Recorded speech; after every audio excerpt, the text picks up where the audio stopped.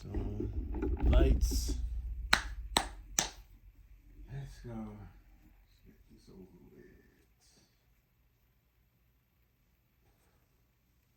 Oh.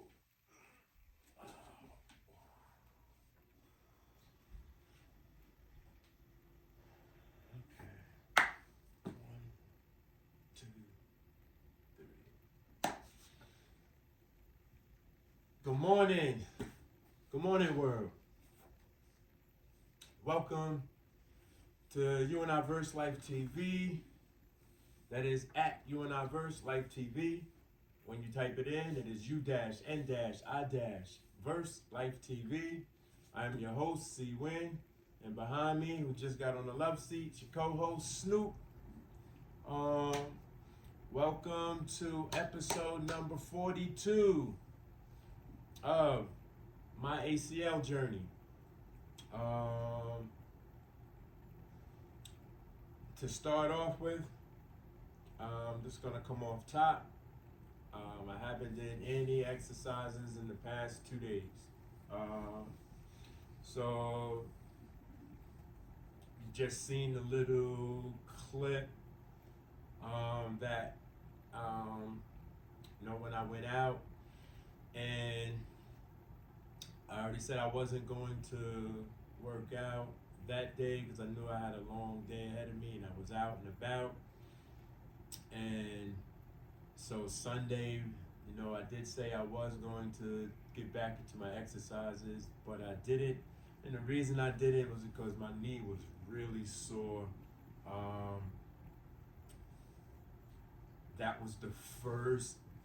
Saturday was the first day that I actually went out into the world, and I went out into the world without crutches. I went out into the world with a cane. And for me, the end result, I put more weight. I had to put more weight on my operative leg, than with the cane, than if I had the crutch or the crutches. So for the last 48 hours, I haven't done anything. I've just been recuperating, resting. Resting is also a vital and essential part to rehabilitation, and also, just in overall health. So that's basically what I did. So now we are here early Monday morning, and it's time to get it in, get back to business. I feel pretty good though. My knee is a little swollen. I should have iced yesterday, and I didn't.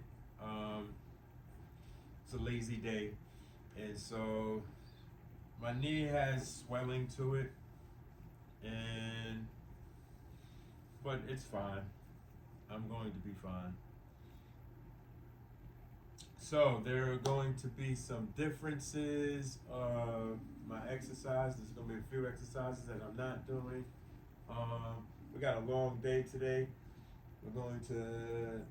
So I'm not going to do too much talking as of now.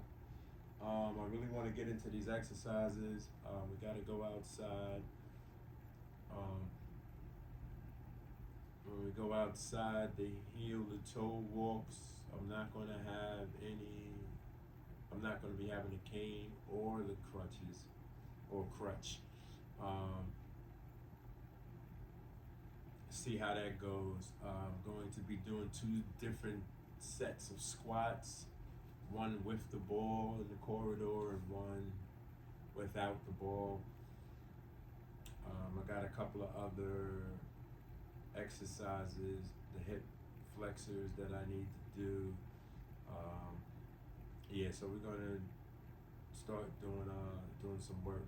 Later on, I'm going to finish reading the ACL verse, the B.E.A.R.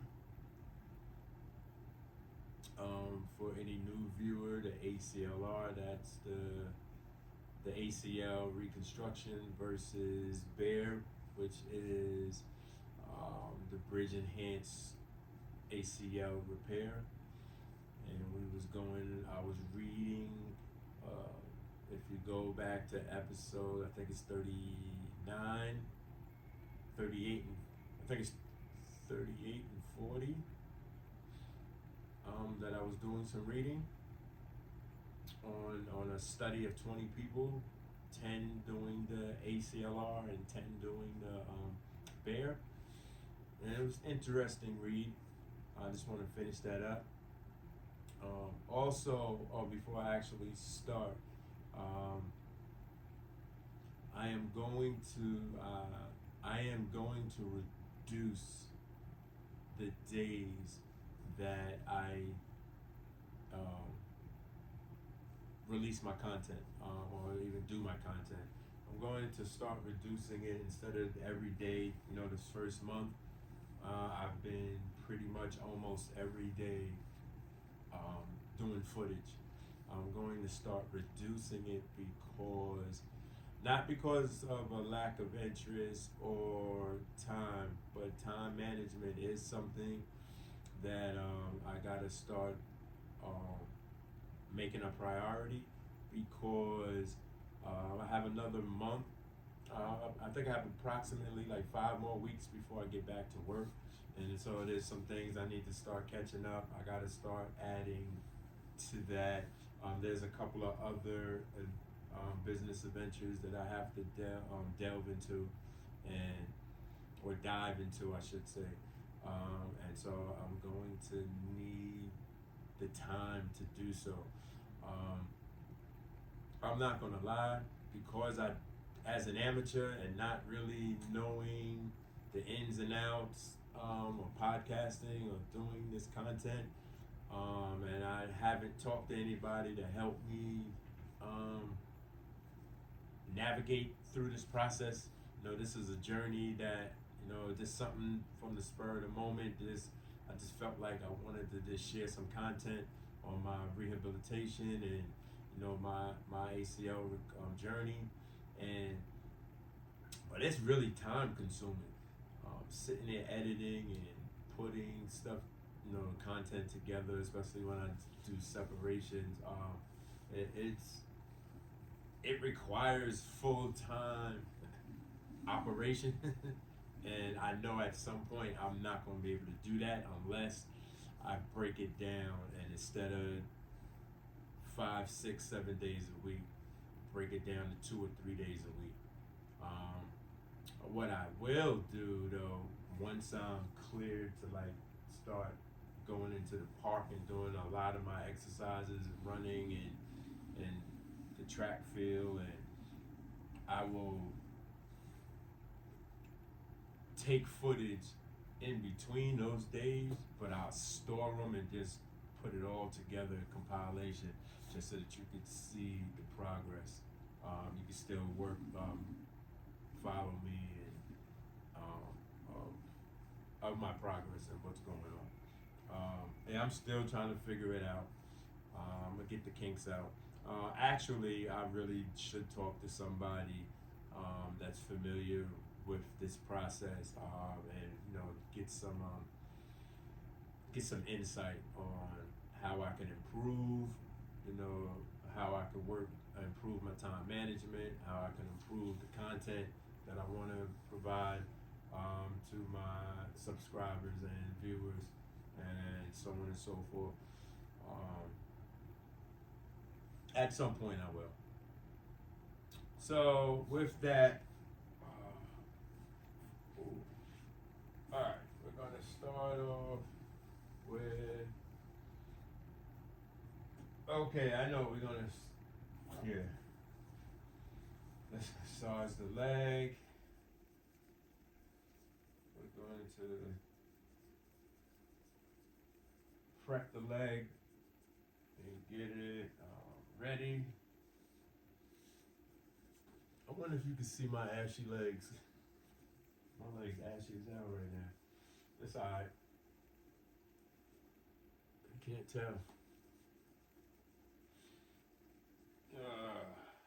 So I'm underneath the bottom of my thigh, in the back, bringing it down to the top of my calf, keeping my leg as relaxed as possible. Feel the tension being released. Alright, I'm going to stimulate the whole entire leg. Just let the leg know that it's about to be worked out. Let my whole entire leg know that I know it's here. I like the stimulation. This doesn't really do anything but stimulate and gives a nice sensation that I like. That, you know, I tell myself it's just prepping my leg. So, you know, up and down, side to side, up and down, side to side, up and down, side to side. Alright, I'm going to start. Push the patellas back side to side, or the kneecap. I'm going to try to release some of the blood vessels that's trapped up in there because it's still healing on down in there. Okay. Not going super hard, just side to side, break up whatever's there. Going up and down now. I got these two big knots right here from the scarring, but they should at some point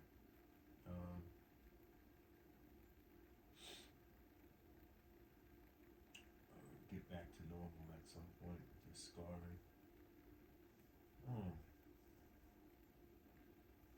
Okay. Alright. Do ready, back and forth, toes.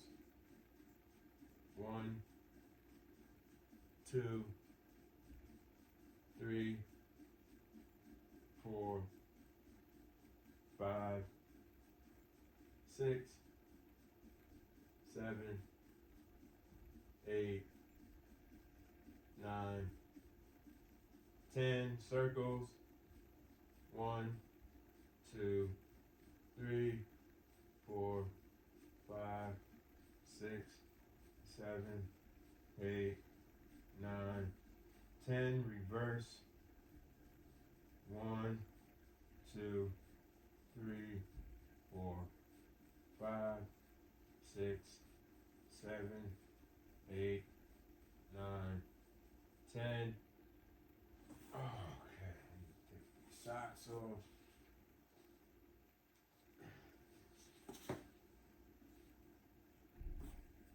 Alright, next thing is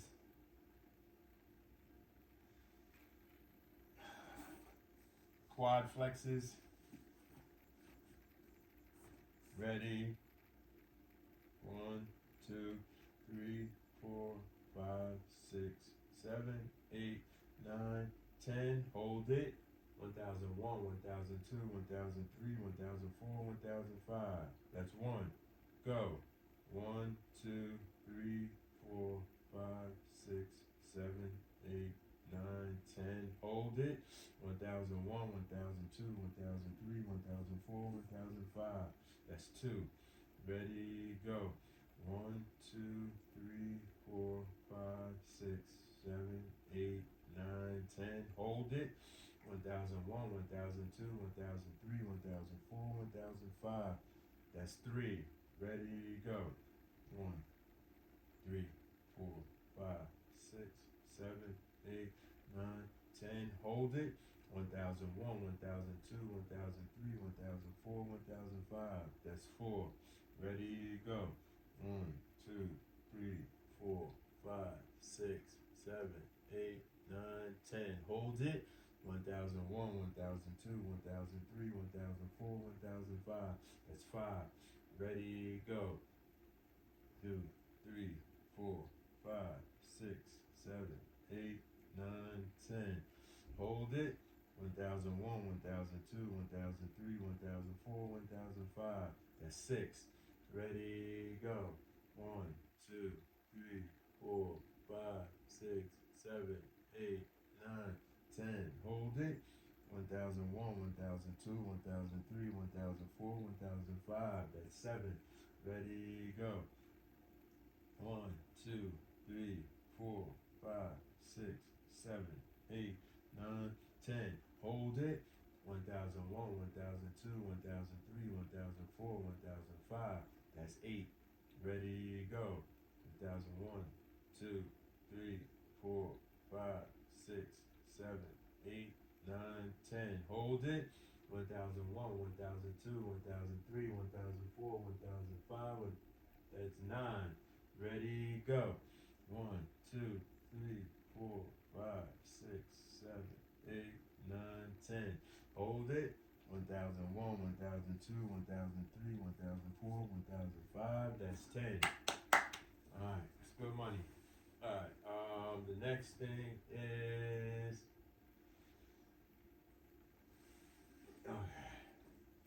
going to do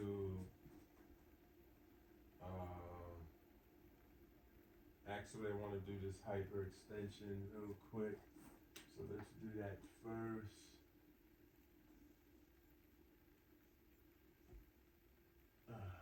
This one.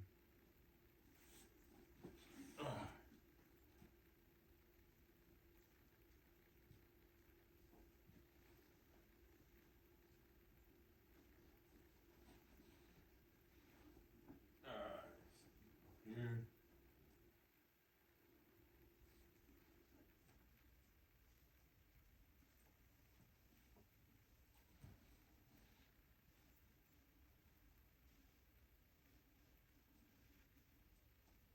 Alright, so if you're wondering what I'm doing,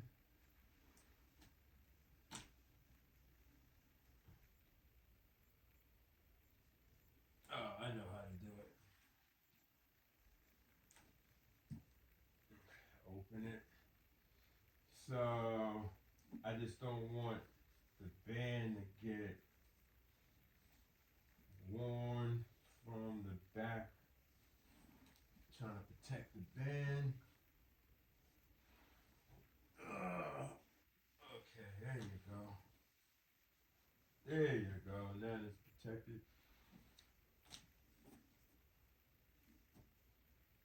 Alright, so you probably not should be able to see.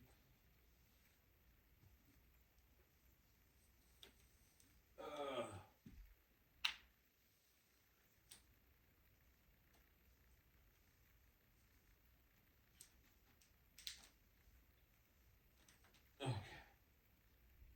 Ready? So I'm just gonna hyperextend my knee. I'm gonna hold it for 3 seconds and bring it back. Ready, go. Want that? I can go back some right there. Ready, go. 1001, 1002, 1003. That's 1. I can hold 5 seconds. All right, start over. Ready, go. 1001, 1002, 1003, 1004, 1005. That's 1. Ready, go. 1001, 1002, 1003, 1004, 1005. That's 2. Ready, go. 1001, 1002, 1003, 1004, 1005. That's 3. Ready, go. 1001, 1002, 1003, 1004, 1005. That's 4. Ready, go. 1001, 1002, 1003, 1004, 1005. That's 5. Ready, go. 1001, 1002, 1003, 1004, 1005. That's 6. Ready, go. 1001, 1002, 1003, 1004, 1005. That's 7. Ready, go. 1001, 1002, 1003, 1004, 1005. That's 8. Ready, go. 1001, 1002, 1003, 1004, 1005. That's 9. Ready, go. 1001, 1002, 1003, 1004, 1005. That's 10. That's 1 set. Doing 2 sets. Take a little break. I like how it feels. Actually, looking from down, it looked like my knee is really hyperextending. Not as much as my good leg, but it looked like it's hyperextending better than any other time. Maybe I needed that rest. All right, ready? Back it up. Okay, ready, go. 1001, 1002, 1003, 1004, 1005. That's one. Go. 1001, 1002, 1003, 1004, 1005. That's two. Ready, go. 1001, 1002, 1003, 1004, 1005. That's three. Ready, go. 1001, 1002, 1003, 1004, 1005. That's four. Ready, go.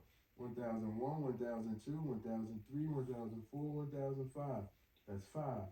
Ready, go. 1001, 1002, 1003, 1004, 1005. That's six. Ready, go.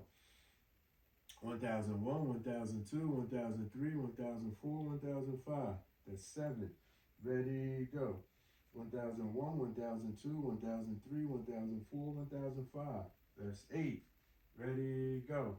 1001, 1002, 1003, 1004, 1005. That's nine. Ready, go. 1001, 1002, 1003, 1004, 1005. That's 10. Okay, good morning. Oh, ooh, it feels good.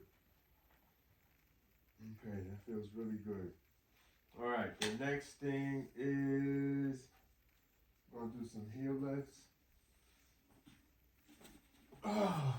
But before we do that, we're gonna do hyperextension on the floor flat, just to see how. Okay.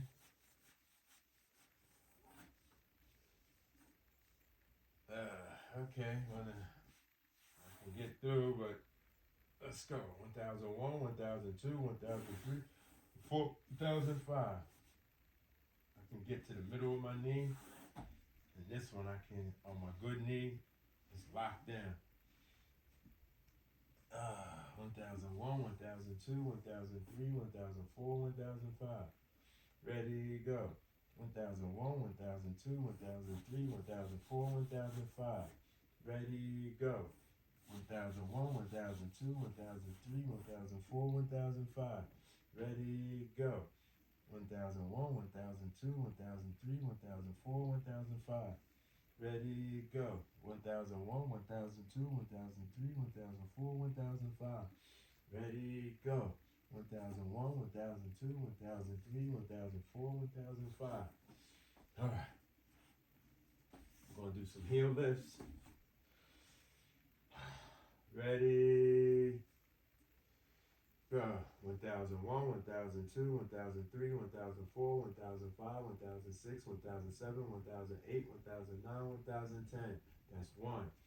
1001, 1002, 1003, 1004, 1005, 1006, 1007, 1008, 1009, 1010. That's two. 1001, 1002, 1003, 1004, 1005, 1006, 1007, 1008, 1009, 1010. That's three. Ready, go. 1001, 1002, 1003, 1004, 1005, 1006, 1007, 1008, 1009, 1010. That's four. Ready, go. 1001, 1002, 1003, 1004, 1005, 1006, 1007, 1008, 1009, 1010. That's five. Ready, go. 1001, 1002, 1003, 1004, 1005, 1006, 1007, 1008, 1009, 1010. That's six. Ready, go. 1001, 1002, 1003, 1004, 1005, 1006, 1007, 1008, 1009, 1010. That's seven. Ready, go. 1001, 1002, 1003, 1004, 1005, 1006, 1007, 1008, 1009, 1010. That's eight. Ready, go. 1001, 1002, 1003, 1004, 1005, 1006, 1007, 1008, 1009, 1010. That's nine. Last set. Go. 1001, 1002, 1003, 1004, 1005, 1006, 1007, 1008, 1009, 1010. That's 10. Good money. Oh yeah.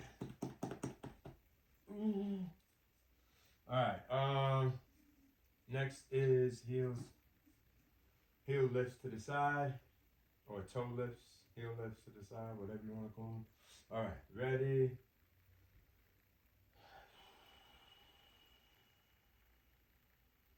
Go. Up, side, down. That's 1. That's 2. That's 3. That's 4. That's 5. That's 6. That's 7.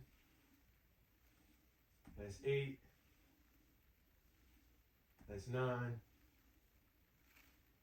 That's 10. Good money. Alright, next thing is heel slides.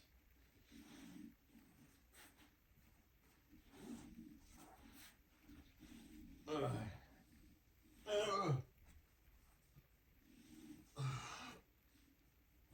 ready?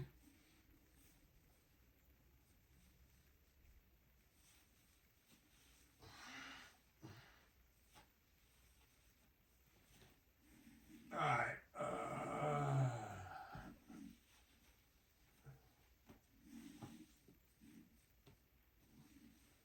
Okay, ready, go.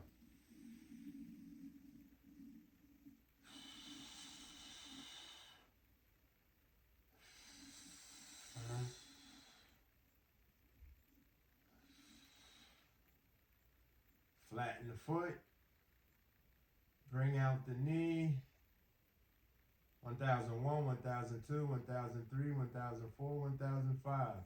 Down. That's 1. Just so that for anybody who's just joining in, this is the goal to be able to do this. This is approximately 135 degrees.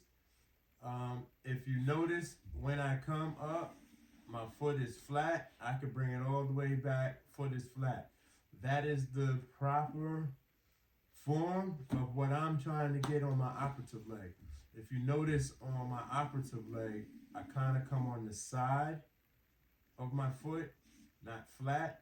When I do go flat, my knee goes pointing in that direction. Where you see I go flat here, my knee is straight up on my good leg. So I need to work on that. I need to work on that form. So for the moment, I'm still coming up like this, getting to my peak that I can get to. And then once I get to my peak, I make sure I put my foot flat and then I move the knee to the side. It's uncomfortable, but it's not painful. It's uncomfortable because I guess how, how the repair has been is this is just what it is for the moment. I want to condition my leg to get back to what it's supposed to be and as in form. So I'm hoping that I could change that or get it back to the form that I'm looking for, that I find acceptable in a matter of weeks. That's what I'm hoping. So we'll see. All right, so let's start over. Ready, go.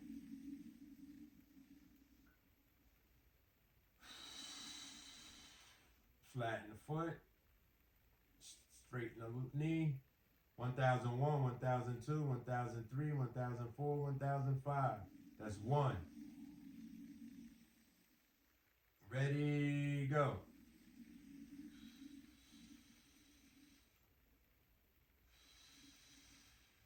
Flatten the foot. Straighten the knee. 1001, 1002, 1003, 1004, 1005. That's 2. Ready, go.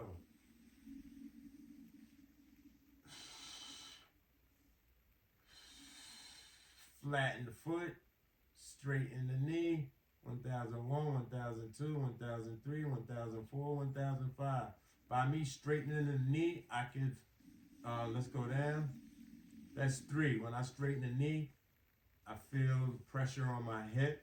So I think my hip plays a part in that as well. So I'm going to concentrate on all of that. All right, ready, go.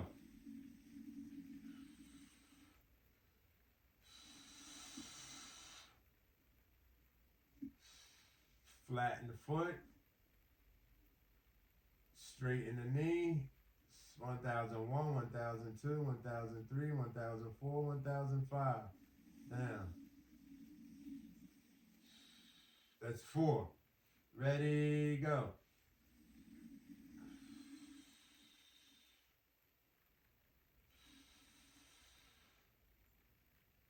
Flatten the foot. Straighten the knee. 1001, 1002, 1003, 1004, 1005. Down. That's 5. Ready, go.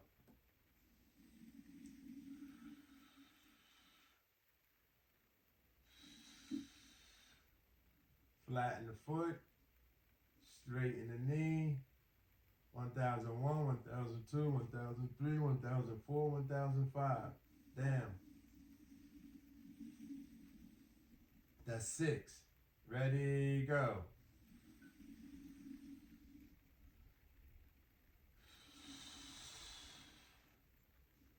Flatten the foot. Straighten the knee. 1001, 1002, 1003, 1004, 1005. Down. That's 7. Ready, go.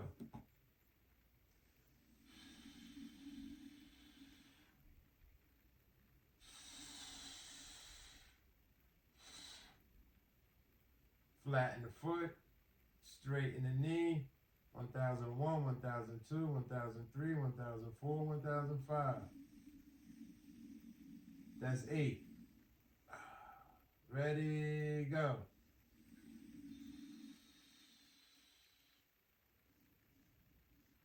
Flatten the foot. Straighten the knee. 1001, 1002, 1003, 1004, 1005. Down.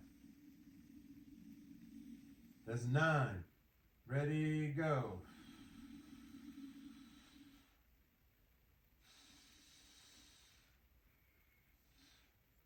Flatten the foot.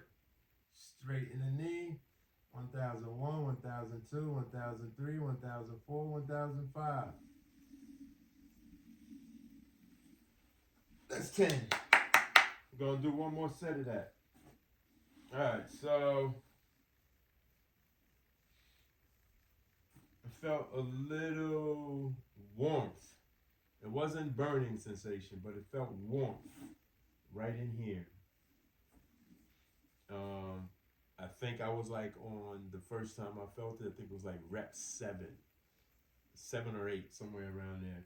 Just a warmth feeling.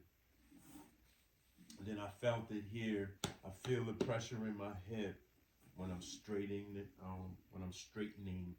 my knee to face the ceiling instead of the window. But overall, you know how you could just tell you're going to improve. Like I could just tell I'm going to improve with it. I really don't have major concerns. I'm like a scientist. I'm just studying. I'm exploring. Um, I'm willing to embrace pain. I'm willing to try to understand the dynamics of my whole expenditure from the ankle, the knee to the hip, right? And like I'm monitoring and paying attention to, actually, man, the human body is amazing. Like when you really think about how our skeletal system works, how our muscular system works, right? How our cardiovascular system works, and then other systems. You know, we got like 9 or 10 systems that make up our physiology. Um, it's just amazing though and it, um, how my leg moves. Like, so, before this injury, or throughout the years, I never really paid too much attention. Except like if I twist the ankle or when I had a groin, like if I have an injury or something, um, and then I pay attention. But to really get the whole, like my good leg, I just kind of, it's just natural to me. I ain't thinking about it, no second thought about it, right? But because, I'm rehabbing, the function, how my knee, how my foot, the ankle, like how all now I always get this mixed up between the carpals and metacarpals. I think metacarpals is in your feet and just the carpals is in your hands. I don't remember which.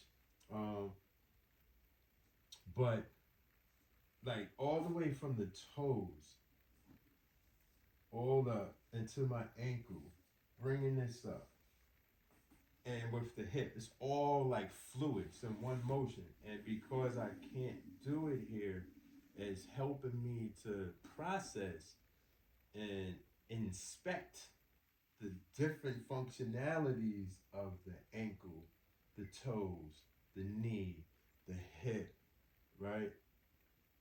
And it's kind of amazing though, for me anyway. It's just amazing how how my legs work, the functions and the mobility of my legs, and how each part plays a part.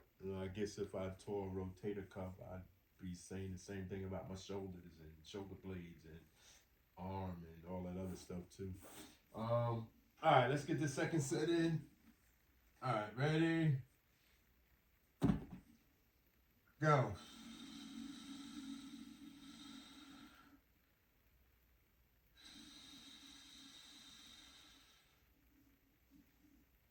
Flatten the foot. Straighten the knee. 1001, 1002, 1003, 1004, 1005. Down. That's one. Ready, go.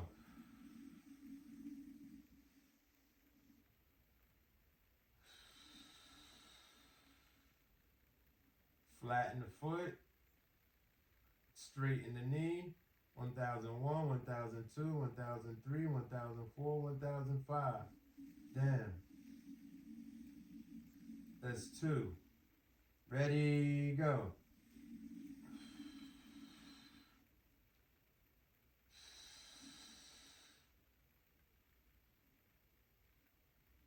Flatten the foot.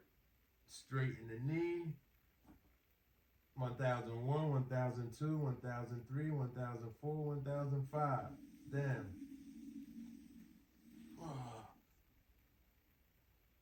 Okay, that's three. Ready, go.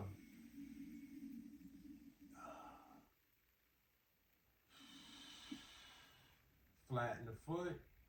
Straighten the knee. 1001, 1002, 1003, 1004, 1005. Down. That's four. Ready, go.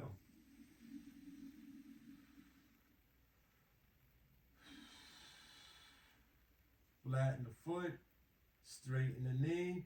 1001, 1002, 1003, 1004, 1005. Down. That's five. Ready, go.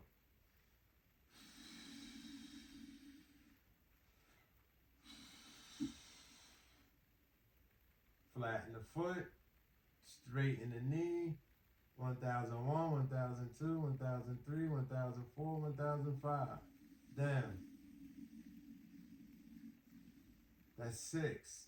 Ready, go.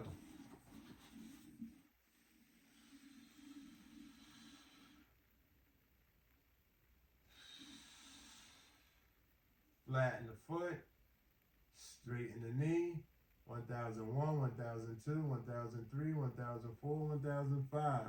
Down. That's 6. Ready, go.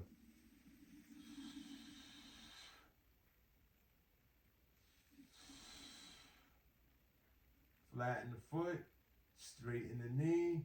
1001, 1002, 1003, 1004, 1005. That's 7. Ready, go.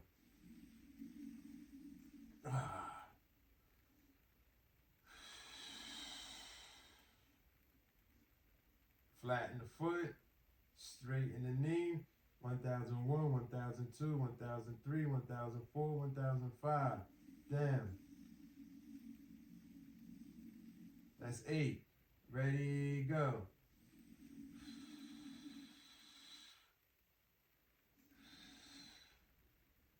Flatten the foot, straighten the knee. 1001, 1002, 1003, 1004, 1005. Down. That's 9. Last set, I'm going to try to keep my foot flat. I'm going to concentrate on doing that. Ready, go. Okay, flat. And straighten the knee. Wait. Straighten the knee. 1001, 1002, 1003, 1004, 1005. Okay, I did pretty well on that. I felt it though. That's 10. Good money.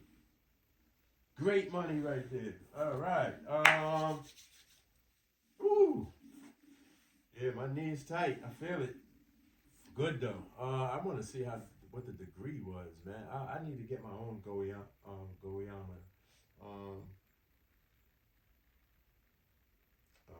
Yeah, I feel good though. All right, the next thing that we're doing, moving right along, is we did that. Okay, we're gonna use the ball. Yeah, we'll use the ball.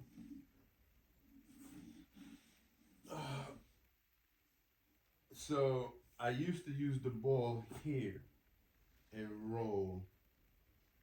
The therapist wants me to put my foot over the ball. I get more flexing that way. So that's what I do from now on.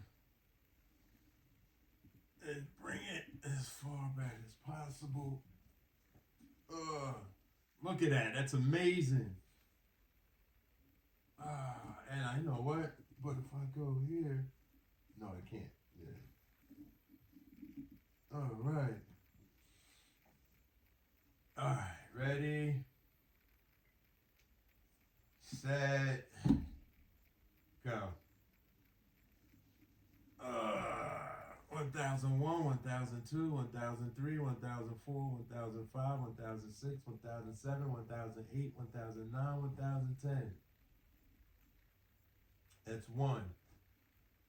Ready, go. 1001, 1002, 1003, 1004, 1005, 1006, 1007, 1008, 1009, 1010. That's 2. Ready, go. 1001, 1002, 1003, 1004, 1005, 1006, 1007, 1008, 1009, 1010. That's 3. Slow. Finally up, huh? Did a lot of sleeping today. Ready, go. You gotta go outside? Alright, I'll take you outside soon when I do my hill walks. 1001, 1002, 1003, 1004, 1005, 1006, 1007, 1008, 1009, 1010. That's 4. Ready, go. 1001, 1002, 1003, 1004, 1005, 1006, 1007, 1008, 1009, 1010. That's 5. Ready, go. 1001, 1002, 1003, 1004, 1005, 1006, 1007, 1008, 1009, 1010. That's 6. Ready, go. It ain't 1 o'clock. You normally go out at 1, so you still got an hour. 1001, 1002, 1003, 1004, 1005, 1006, 1007, 1008, 1009, 1010. That's 7. Ready, go. 1001, 1002, 1003, 1004, 1005, 1006, 1007, 1008, 1009, 1010. That's 8. Ready, go. 1001, 1002, 1003, 1004, 1005, 1006, 1007, 1008, 1009, 1010. That's 9. Ready, go. 1001, 1002, 1003, 1004, 1005, 1006, 1007, 1008, 1009, 1010. That's 10. Alright, that's 1. Alright. Oh, let's straighten the knee out. Oh, ooh. Hyperextended if you can. Lift it up. Ooh. The quads. Ooh, that's tight. Oh. Okay. Alright, gonna do a second set. Ready, go. 1001, 1002, 1003, 1004, 1005, 1006, 1007, 1008, 1009, 1010. It's 1. Ready, go. 1001, 1002, 1003, 1004, 1005, 1006, 1007, 1008, 1009, 1010. That's 2. Ready, go. 1001, 1002, 1003, 1004, 1005, 1006, 1007, 1008, 1009, 1010. That's 3. Ready, go. 1001, 1002, 1003, 1004, 1005, 1006, 1007, 1008, 1009, 1010. That's 4. Ready, go. 1001, 1002, 1003, 1004, 1005, 1006, 1007, 1008, 1009, 1010. That's 5. Ready, go. 1001, 1002, 1003, 1004, 1005, 1006, 1007, 1008, 1009, 1010. That's 6. Ready, go. 1001, 1002, 1003, 1004, 1005, 1006, 1007, 1008, 1009, 1010. That's 7. Ready, go. 1001, 1002, 1003, 1004, 1005, 1006, 1007, 1008, 1009, 1010. That's 8. Ready, go. 1001, 1002, 1003, 1004, 1005, 1006, 1007, 1008, 1009, 1010. That's 9. Last set. Ready, go. 1001, 1002, 1003, 1004, 1005, 1006, 1007, 1008, 1009, 1010. That's 10. Good money. Let me see what it looks like on here. Okay, yeah, I could go further. Let's see. Okay. Yeah. I wonder what the degree is on that. All right, look out, Snoop. Okay, so next thing is. Oh, okay, we can do that.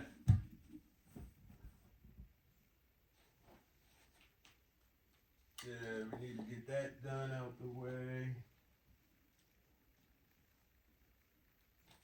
Okay. Gonna get on our stomach. Do these exercises on the stomach. Continue to bend this knee. Not yet, Snoop. I'm gonna take you out in a minute. Not yet. Move.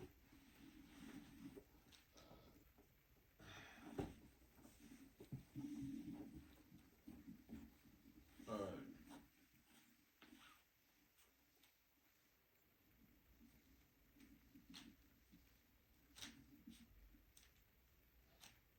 Oh no, we're gonna do this one first and then that one second. Because that's the relief.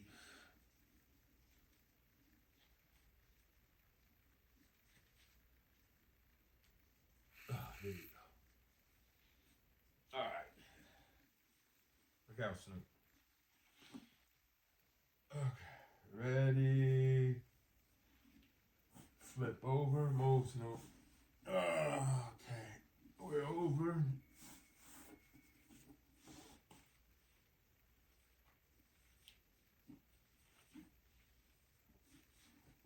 There you go.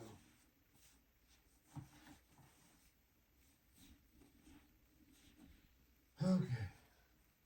Ready. Hand over hand, over hand, over hand, over hand, over hand. Pull slowly, slowly, slowly. Overhand, overhand. Pull slowly. 1001, 1002, 1003, 1004, 1005. Hand, underhand, underhand. Move. Underhand, underhand, underhand. Ooh. And down. That's one. Ready, go. Overhand, overhand, overhand, overhand, overhand, overhand. Pull slowly. Overhand, overhand. Pull slowly. 1001, 1002, 1003, 1004, 1005. Down, down, down, down, down. Stretch it out. Oh, that's two. Ready? Go. Overhand, overhand, overhand, overhand, overhand, overhand. Pull slowly. Overhand, overhand, pull slowly. 1001, 1002, 1003, 1004, 1005. Underhand, underhand, underhand, underhand. Bring it down. That's four. Was that three? I don't even know. Alright, I'm just gonna say three. Ready, go. Overhand, overhand, overhand, overhand, overhand, overhand, overhand. Pull. Oh. 1001, 1002, 1003, 1004, 1005. Underhand, underhand, underhand, underhand. Bring it down. Oh, that's four. Ready, go. Overhand, overhand, overhand, overhand, overhand, overhand. Pull slowly. Overhand, pull slowly. 1001, 1002, 1003, 1004, 1005. Then underhand, underhand, underhand, underhand. Woo. That's five. Ready, go. Oh,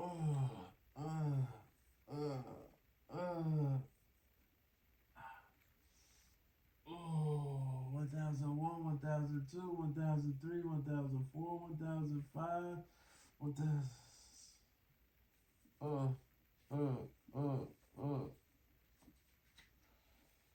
That's six. Ooh. Ready? Whew. Ready? Go. Overhand, overhand, overhand, overhand, overhand. Pull slowly. Overhand. 1001, 1002, 1003, 1004, 1005.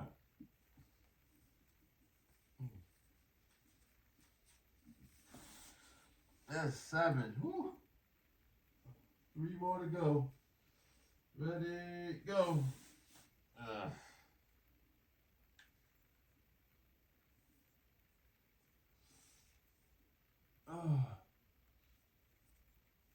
1001, 1002, 1003, 1004, 1005.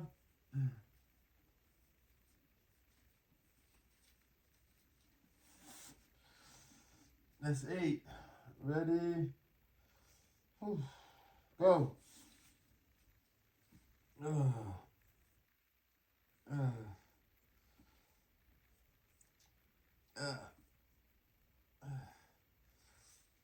1001, 1002, 1003. Overhead. 1004, 1005.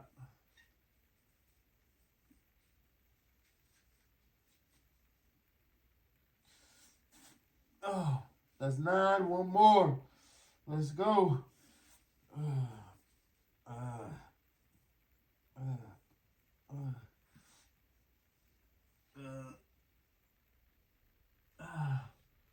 1001, 1002, 1003, 1004, 1005.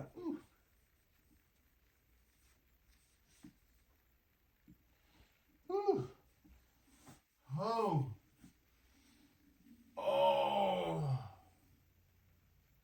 Ooh, I felt that. That's one set. Got one more set to do. Honestly, I want to try and see if I can do it this way. I want to see what the angle looks like from this direction. Okay. Oh.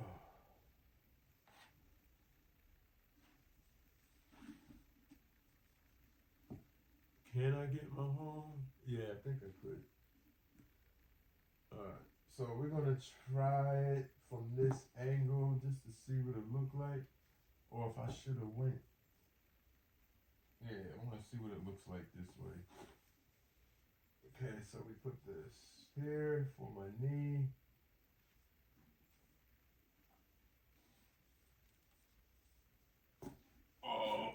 Oh, am I in the camera? Yes, I am in the camera. To all my viewers, I have my own cameraman, so that's why it's important that I always look to see where I'm at in the camera, because I'm doing it so I can just check out the form, see how my form looks. Ready, go. Hand over hand, over hand, over hand, over hand, over hand, overhand, pull slowly, overhand, slowly. 1001, 1002, 1003, 1004, 1005. Down, underhand, underhand, underhand, underhand. Ooh, that's 1. There you go. Ready, go.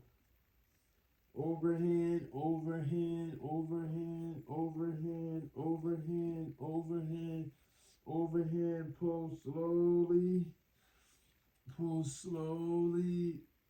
1001, 1002, 1003, 1004, 1005.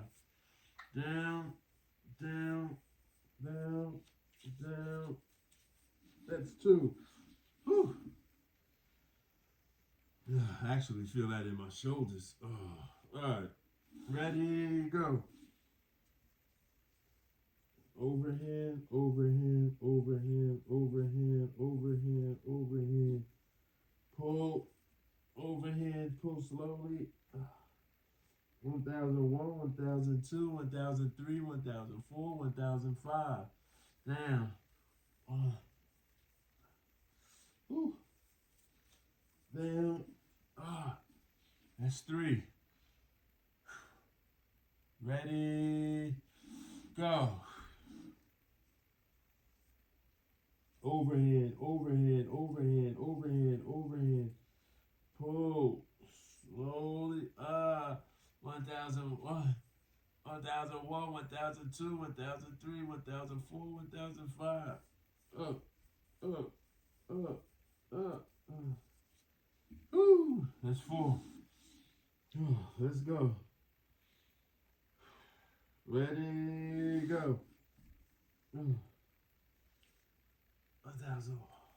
Overhead, overhead, overhead, overhead, overhead. Pull.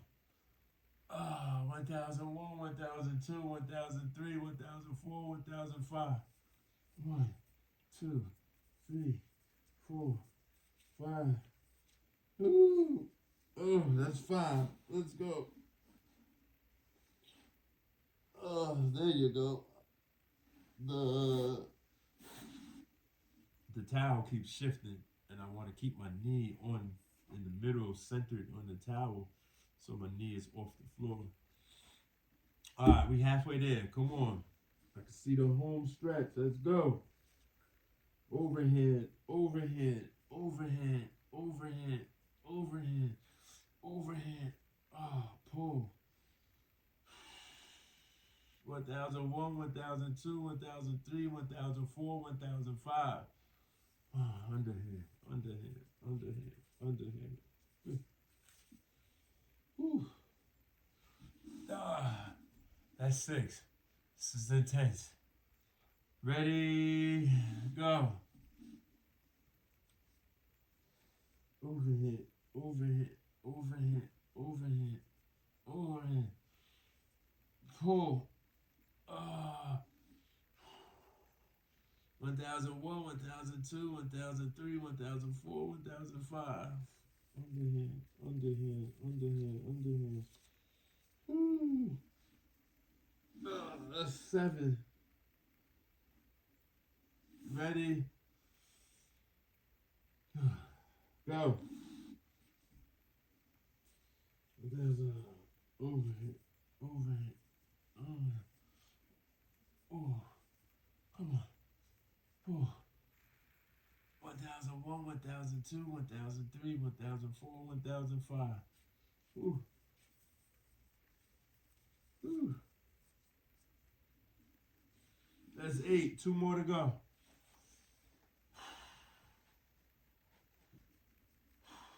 Move, Snoop. No. Move. Move. Thank you. Let's go. Oh. Pull. Pull. Pull. Pull. 1001, 1002, 1003, 1004, 1005. Let's go. Let's go. Let's go. Let's go. Oh. Ready? Last set. Ready? Yo, you see Snoop, right? Yo, let me tell you how, let me do this set first. I'm gonna tell you something about Snoop. Let's go. Let's go. Let's go. Let's go. Let's go. Let's go. 1001, 1002, 1003, 1004, 1005. Let's go. Come here, so, hey. So let me tell my viewers about Snoop. So yesterday, I was in bed all day yesterday because my knee was I was really in pain. I was sore. I wasn't like in pain like I overdid being out on Saturday. But I just needed the rest. I needed 48 hours to rest. So Snoop knows I'm an energetic guy and that I'm always moving about. I was in bed like 85% of the day yesterday. And he came, it was one more, he just knew something was wrong with me. And he came and he just laid on my hip and like half, like his back, like hip and stomach, and he just laid there doing what he's doing now, and just was licking me, right? And I was just like, he knows something is wrong with me, that I'm under the weather, like, and not under the weather cold, but like I just wasn't myself, and I just didn't want to be bothered, and I tried to shun him away, and he was like, I ain't listening to all that, like how he is now. You see how he is, right? Can you see? Oh, I don't think y'all can see him. Oh man. Well, he's right here. Lift your head up, Snoop. There you go. He right here, and he's just he thinks, I think because I'm doing this and I'm feeling some pain here, I think that he is like trying to do his part to help. Um, yeah, this is my wife's dog, but he gravitates towards me a lot though. And this is my boy though. Personally, I prefer larger dogs, but Snoop is a good dog, man. He's really good. He's really good, and he's a very compassionate dog. I've learned that since I've been doing this content, doing U-N-I-VERSELIFETV. He is very compassionate. When he sees me or my wife, like we just don't want to be bothered. Oh, I'm sorry.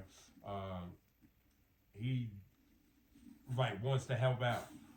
Like he, I don't know what his thoughts. Whew. Oh, I feel that on my lower back too. I think next time when I do those, I'm just gonna lay flat, have my back arch like that. Oh, yeah, that Oh yeah, I feel that. All right, so I'm all right, Snoop. I'm all right. All right, come on, we're gonna show him something. Ready? No, come down. Come on, come on. Look, you stand right there. Sit. Good dog. I don't have a treat to give you, but good dog. Y'all seen that, right? Yeah. So in the summer, the spring and the summer, I would take him. One of the ways I was able to train him to do certain things um, was taking him to the park and taking his leash off and just letting him run. There was a couple of times in the beginning, he was running too far, and I had to chase him down. Uh, but then after a while, he started to figure out, and he'll go, but then he started turning back to like get my approval, and I'm like, all right, go. And then when he got like far enough away, all I gotta do is start running the opposite way, and then he comes. And where I live at, we have some hawks, so I always be concerned about there's about like 20 hawks that live in these trees that are not at the park, but when they be in the air, you can see them in the distance.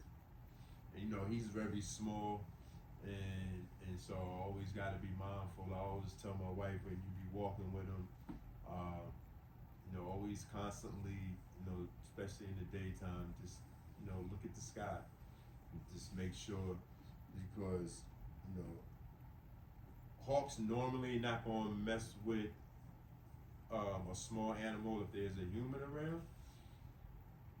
But then some hawks, they just might be hungry or whatever, or like, oh fuck that, oh that's food right there. I take my chances. So I always tell my wife, I always look up in the sky, and when I see them out at a certain time of the day in the summertime, around noon, between noon and 3, they be circling a lot. Like there's a pattern they have. So I'm always, but I still take Snoop out, and if I don't see them circling, I'll let them loose.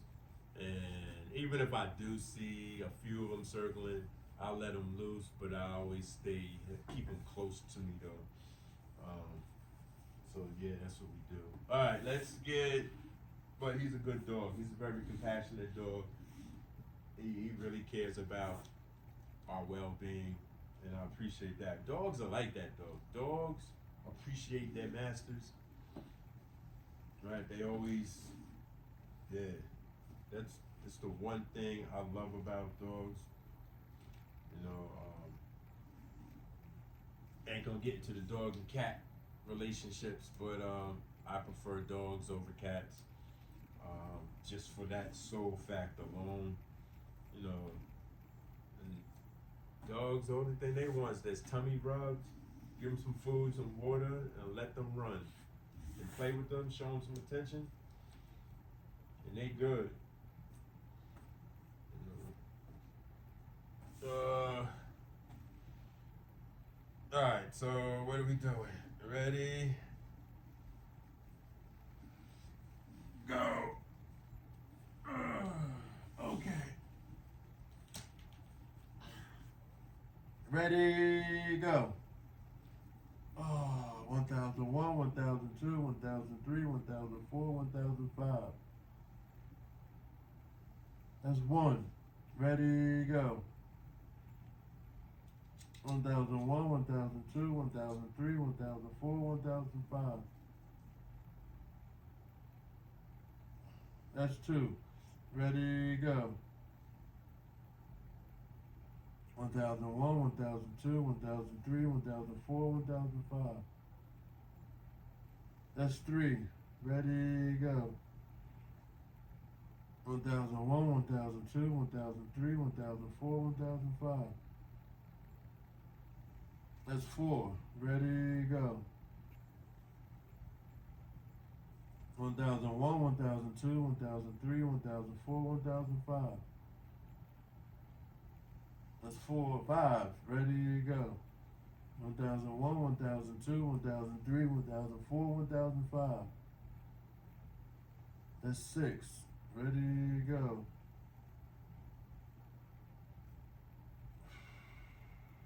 1003, 1004, 1005. That's seven. Ready, go. 1001, 1002, 1003, 1004, 1005. That's eight. Ready, go.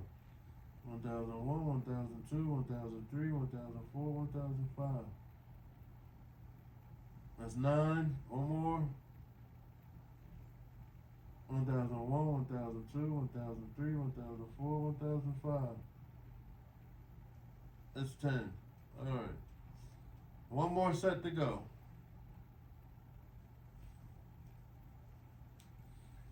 Ready, go.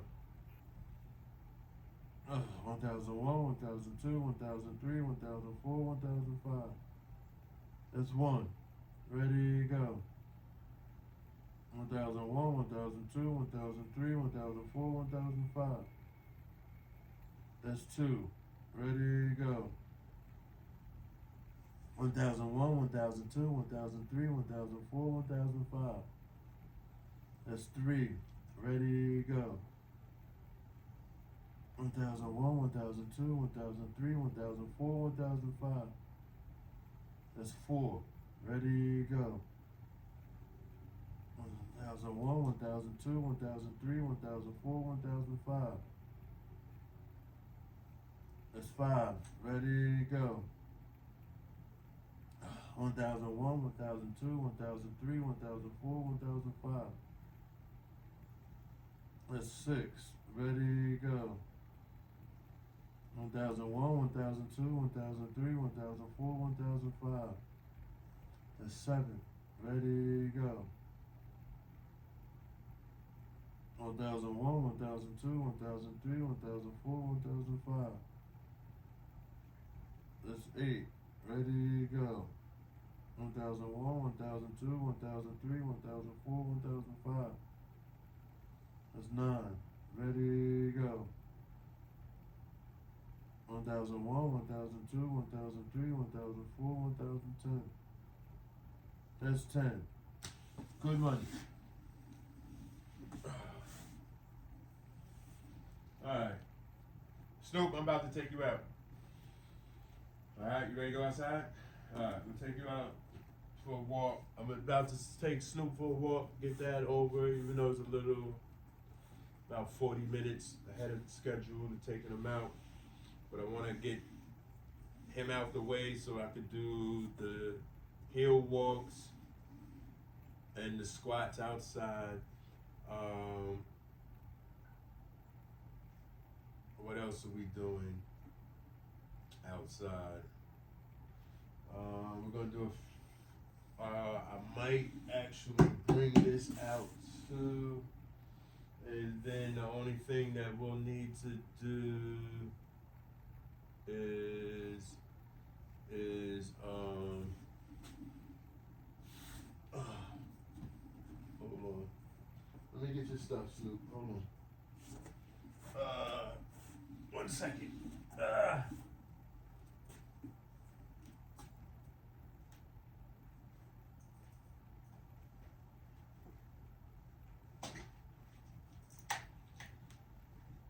All right. So basically, come here, Snoop. So basically,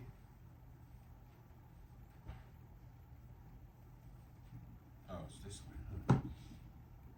Let's go. Come here.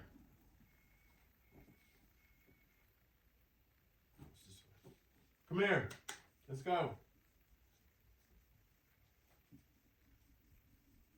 Come here. Good dog. All right. So basically, what we're gonna do, I'm gonna walk Snoop, come back, go outside, and go back outside to do the heel walks. We're gonna do squats. For the squats, we're gonna do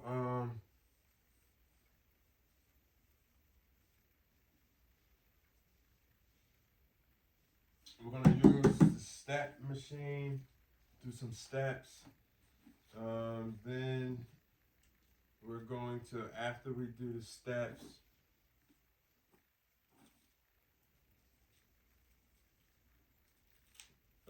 yeah, I know y'all like, yo, why you dressing them up with all that stuff?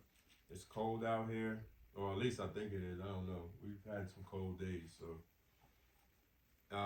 One thing that I learned about Yorkshire Terriers, because I'm not really familiar with them. That's my wife's favorite dog. I thought all dogs had fur, and I learned from Snoop that Snoop don't have fur. He only has hair. So having just hair, right? Having just hair is not going to keep you warm. That's like if I let my hair grow out and just let it just fold over my body trying to go outside without winter coat on. I'm a freeze. So because he doesn't have fur, he only has hair. That's one of the reasons why you see people dressing their Yorkshire Terriers. Yeah, that was something that I learned. My wife showed it to me, and so that's why he gets, he gets dressed up sometimes. All right, so I'm going to get back to y'all, and I will see y'all in a bit. Hey, y'all want to see something really cool? Okay, I kind of tripped up on the rug, but yeah, I'm getting easier and easier to stand up from off the floor. All right, I'll see y'all in a bit. Please. Okay, I'm back, bro. So we out here about to do these heel to toes. I don't have my crutch and I don't have my cane, so this is going to go kind of faster than normal. But one of the things I want to concentrate today is no limping. I'm going to do my best. I'm in the same, I didn't feel like walking all the way, it's kind of cool out here, and I didn't feel like walking over where I really wanted to go, where the ground is level. So we're going to work and see if I could do, going this way is an incline, coming back is a decline. It's not very significant, but it's enough that I felt it the last time that I did it without the crutch. So let's put this down. First thing, concentrate on the heel, the toe, but I'm also going to concentrate on trying to just walk normal, and I want to see how that looks. I think because this is going to be a little faster, I might do 20 instead of 10. We'll see as it goes on. Ready, go.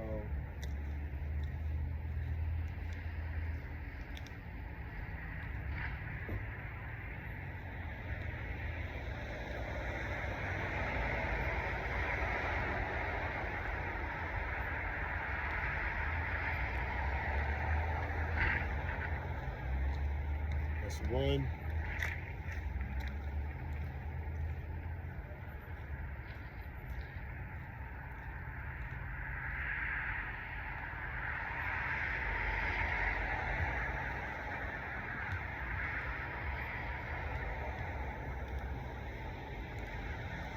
That's two. I still got that slight little limp. I feel a little pinching in my knee.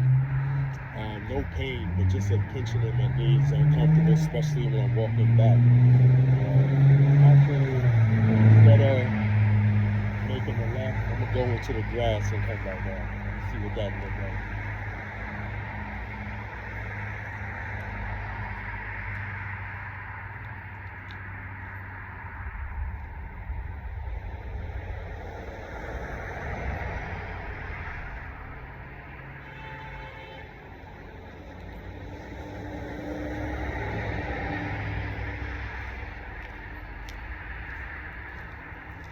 Okay, that's what's that, 3?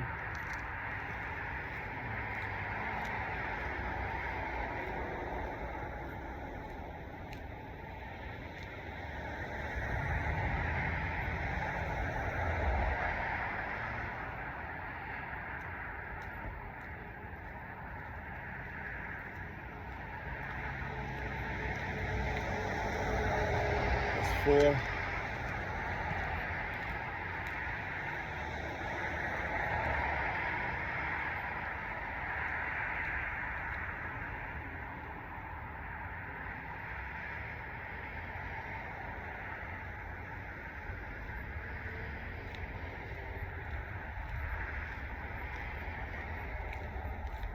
That's 5.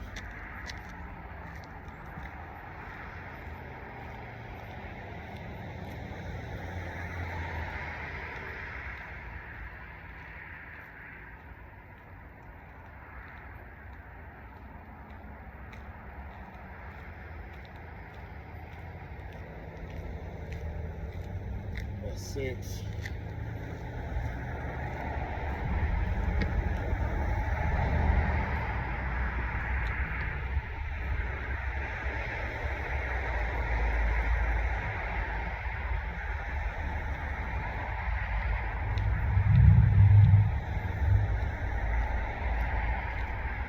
That's 7.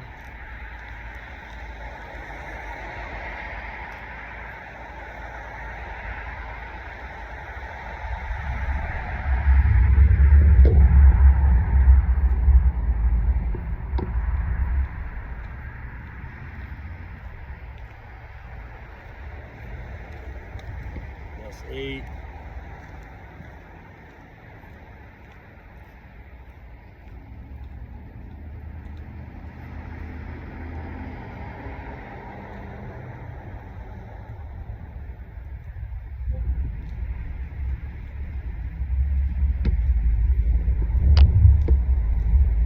That's 9.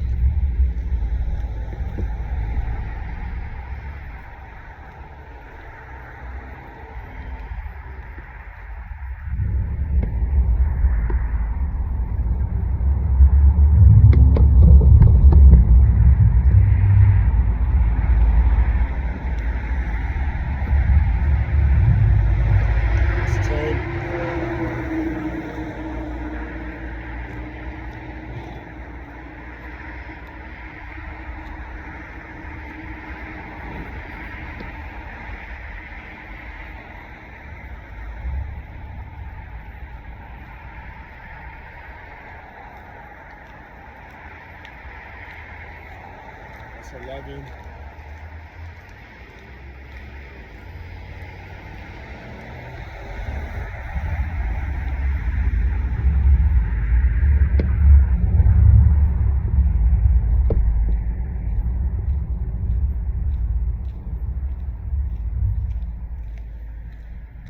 That's 12. Still feel that tension in my hand.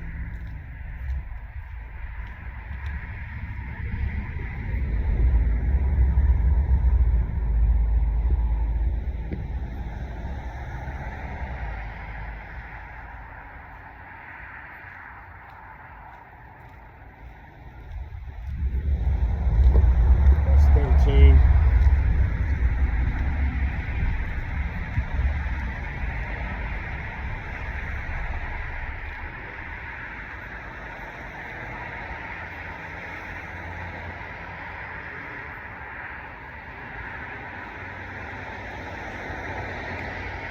That's 14. I'm gonna try something real quick.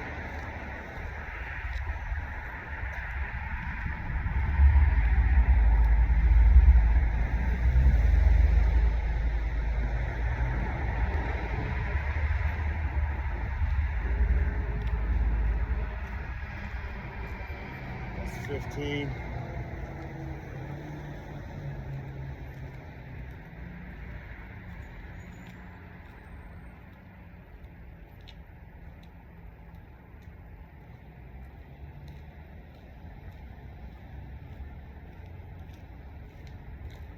That's 16. I don't feel anything when I do it backwards.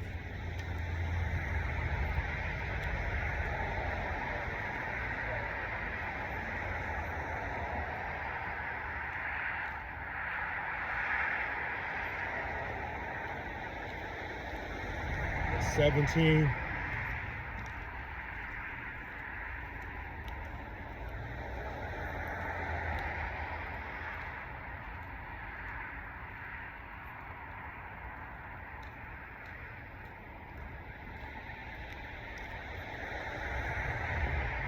That's 18.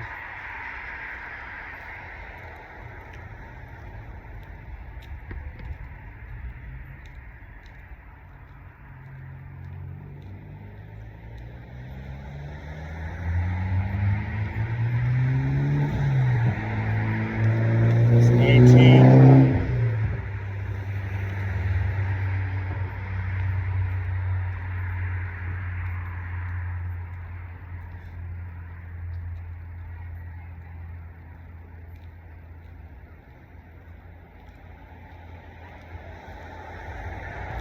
That's 20.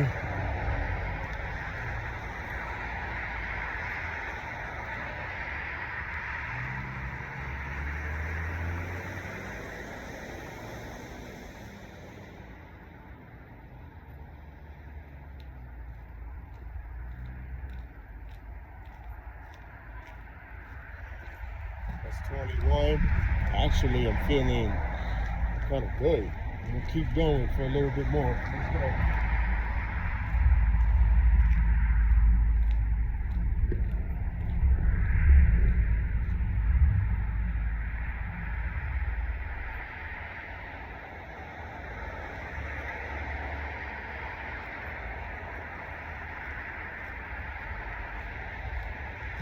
It's 22.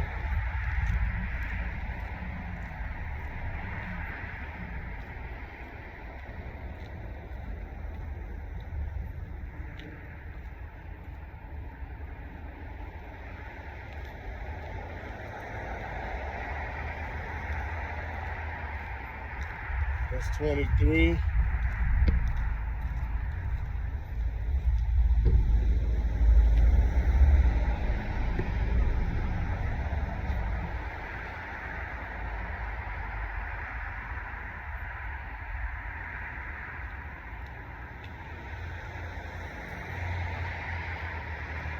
That's 24.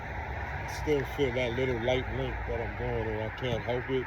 I guess as time goes on, I'll get better. That's 24. I think I'm going to go up to at least 30. Yeah, I feel good right now. I still feel that pinching in my knee, but it's nothing concerning. All right, let's get 6 more in.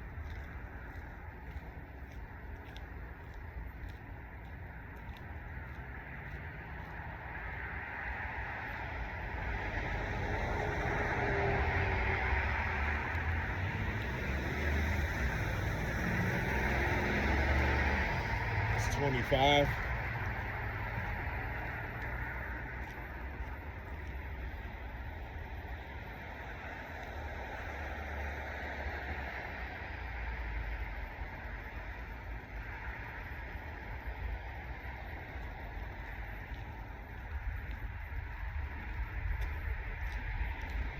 That's 26.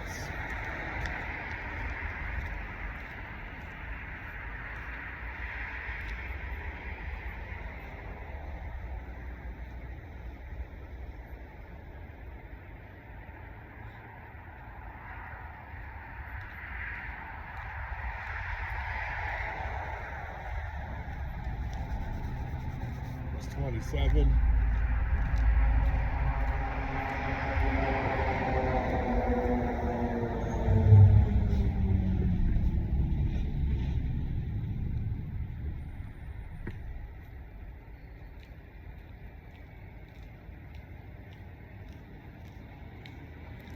That's 28.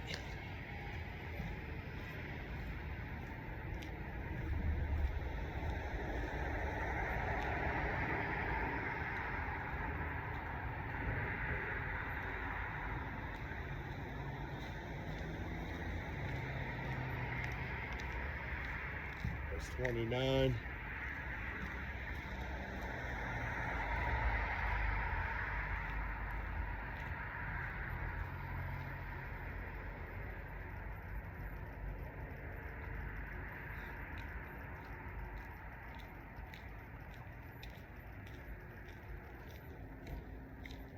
That's 30. Let me do 2 more.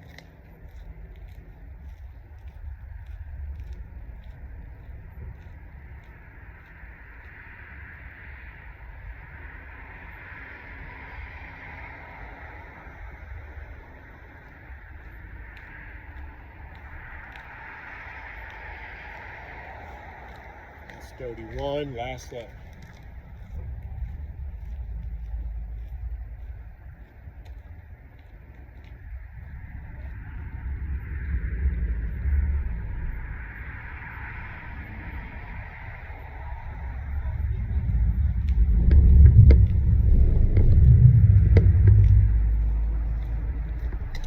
Okay, that's 32. I did really good. And actually, I probably could have did it for another 15, 20 minutes. There's a pinching in my knee. Again, this doesn't hurt. I actually believe the pinching is not when I'm walking this way, but when I'm coming back towards y'all. That's when I feel the pinching. I really believe it's because of the decline in the sidewalk. Outside of that, I go to physical therapy tomorrow, so I will discuss it over with the therapist. I just freestyled the walking backwards just to see how that felt, and actually it felt good. Utilizing some other muscles, because I do that like when I be exercising on leg day.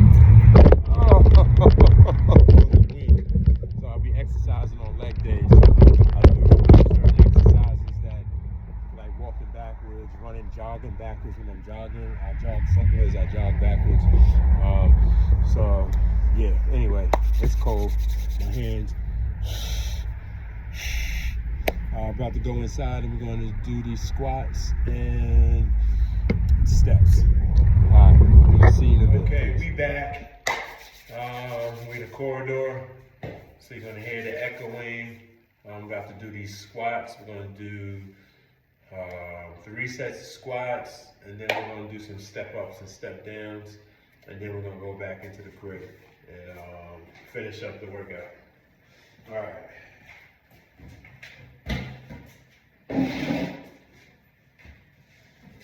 So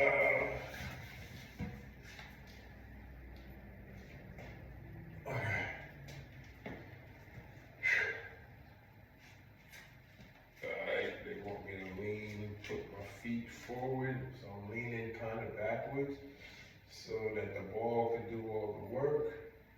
Let me scoot over some so I can be centered. There you go. Ready?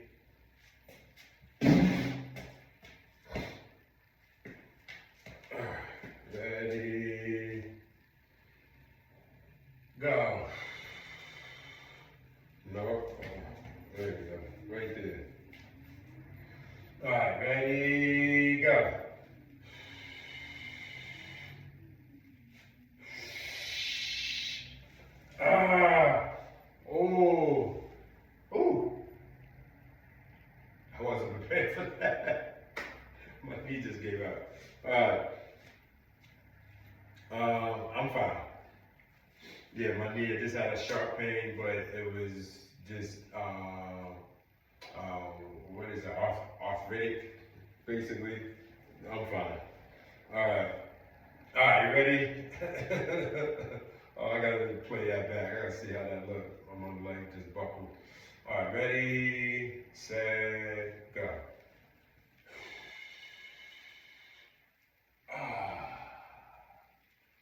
One. That's the difference of how I know I'm 55 compared to when I was 25. So I know I've said in previous episodes about how I gotta go from 0 to 10 to 25 to 35, 45 to get up to 60 miles per hour or to 100 miles per hour. But 30 years ago, I just jump out the bed, 100 miles per hour and running. Can't do that these days. These days, I gotta build up to it. And that was a perfect example of it. All right, come on, let's get these sets in. Ready, go.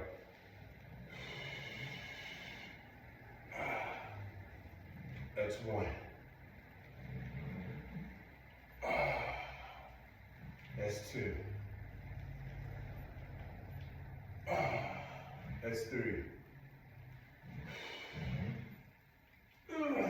That's four. Okay. Oh, I felt that in my back. That's four. Ready, go. Hold up. Oh, my back hurting. Got a pinch in my back. Oh. I gotta hit the inversion table. I got a pinch in my back. All right. Oh Lord. Where am I at? I'm on 4 count, right? All right. I think I'm fine now. All right. Ready? Damn, taking 2 days off. This is what happens? Maybe I'm not taking 2 days off no more. All right. Ready? Go.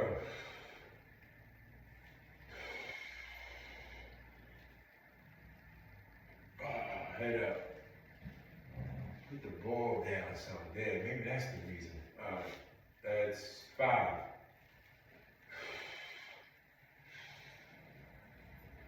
Oh yeah, that was the reason. I had the ball up too high. There was a strain on my lower back. Got it.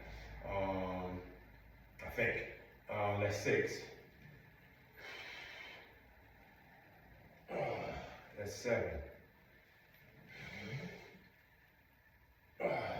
That's 8. That's 9. That's 10. I'm gonna switch.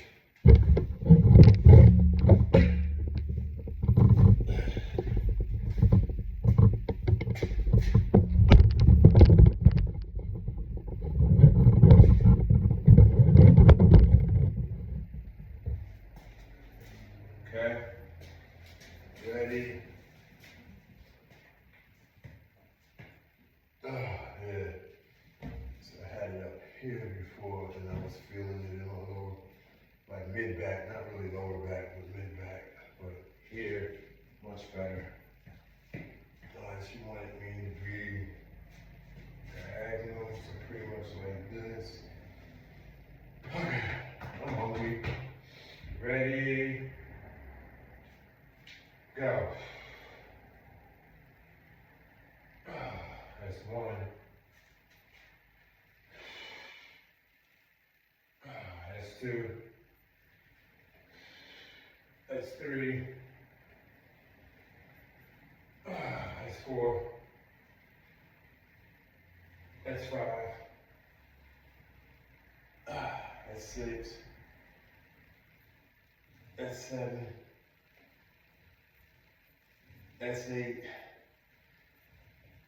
That's 9. That's 10. All right, then the last set 3. Come over here.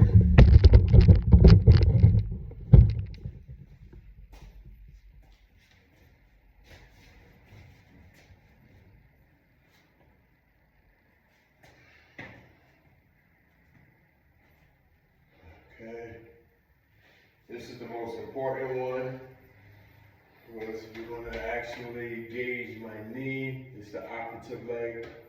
I always like to do this last because it's already warmed up from the portrait front, and then from over here, the 2 sets previous. So now we get to gauge it, and I might do more than 10 if I feel up to it. Ready, go. That's 1. That's 2. That's 3. That's 4. That's 5. That's 6. That's 7. That's 8. That's 9. That's 10. That's 1. That's 2. That's 3. That's 4. That's 5. 15. All right. Feeling good. Feeling good. All right. Now we're gonna do some stretch, some squats without the ball.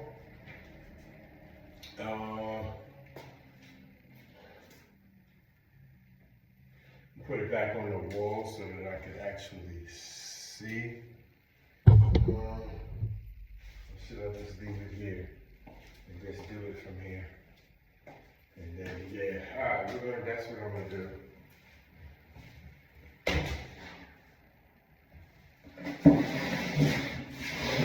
All right.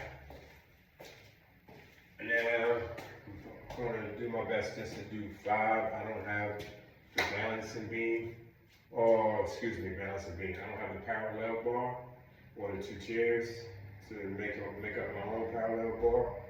So this is going to be all me. So I'm just going to try. I'm going to attempt 3 count. I'm going to start off and see if we could do a 3 count. Okay.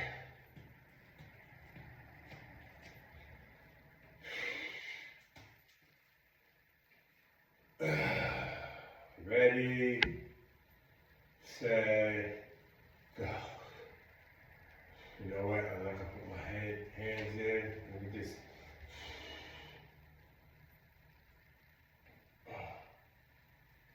That's 1. That wasn't a real squat. All right, let's see how that looks from the side.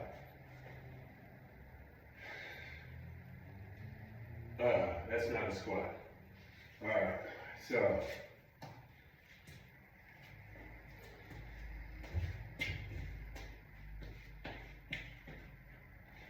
I know how I can do this, I think. All right.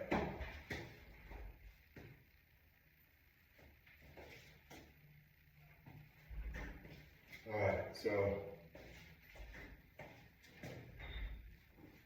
I'm gonna figure this out. I think somebody's coming.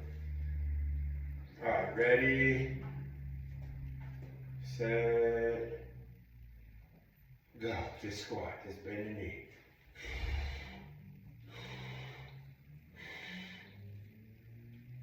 I'm leaning on my left foot. All right, straighten it out, come up. Okay, I didn't really feel nothing, no pinching, nothing there. Let me see how that looks from the profile view. All right, ready, set, go. Oh, bend the knee. Okay, I'm bending the knee. That feels good.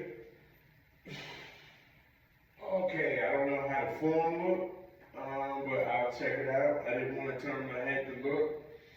I'll play it back and see. No, actually, let me do one now so that I could at least talk about it right now with it while I'm doing it. So I'm going to turn like this. Ready, squat.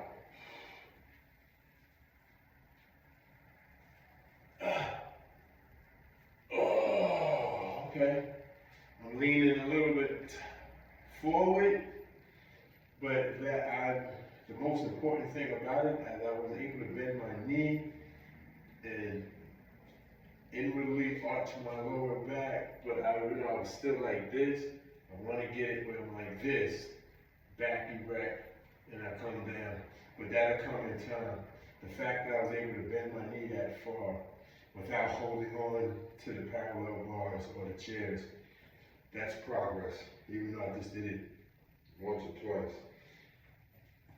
All right, we're gonna try it again. Face forward. See how this looks. Ready, set, go.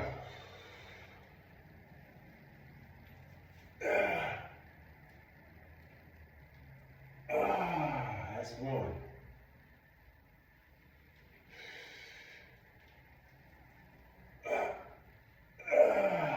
That's two.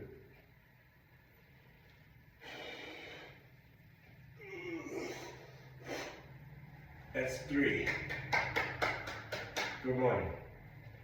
I think it was good money. Now we're going to check. That was one set. So, got 2 more sets to go. All the other ones was just seeing what I could do. So that was a full set. Now we're going to do a full set this way so I can actually see what's going on, how I look. All right, ready? Let's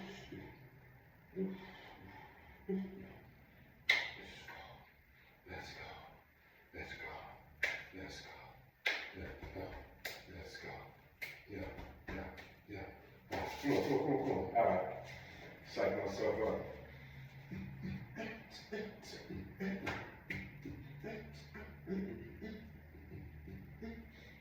Let's go. Ready, set, go. That's one.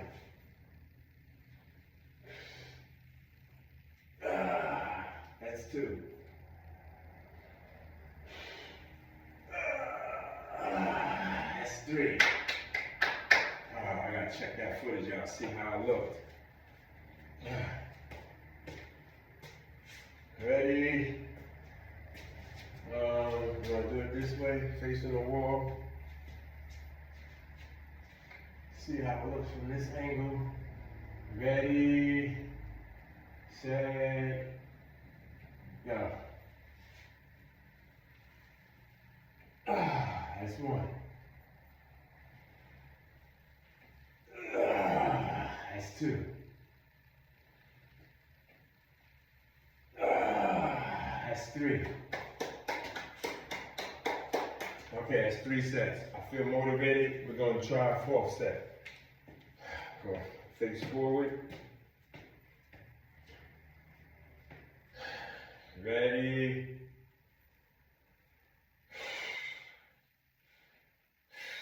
Set. Go.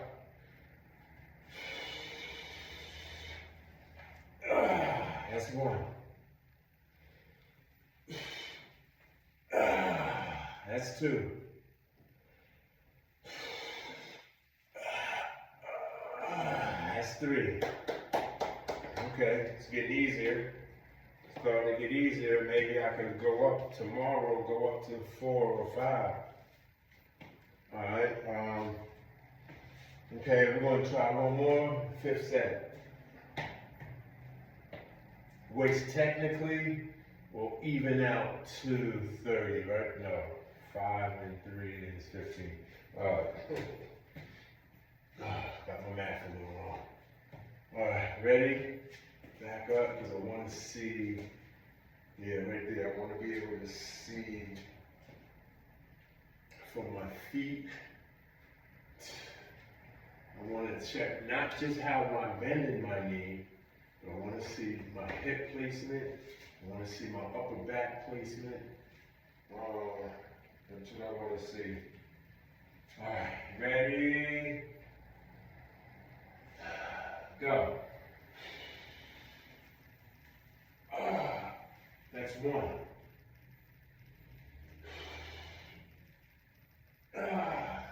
That's two. I'm starting to feel it on my right knee now. Go.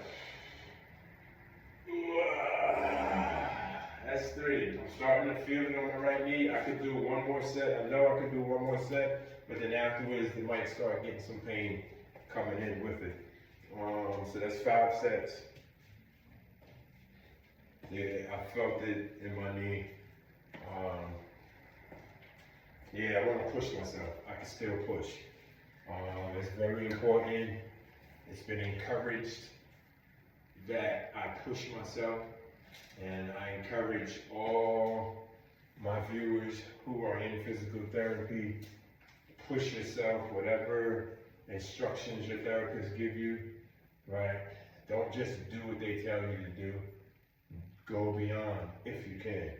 If you can't, then you'll work your way up to it to the point then where you can do that. But for the moment, don't settle for the minimum.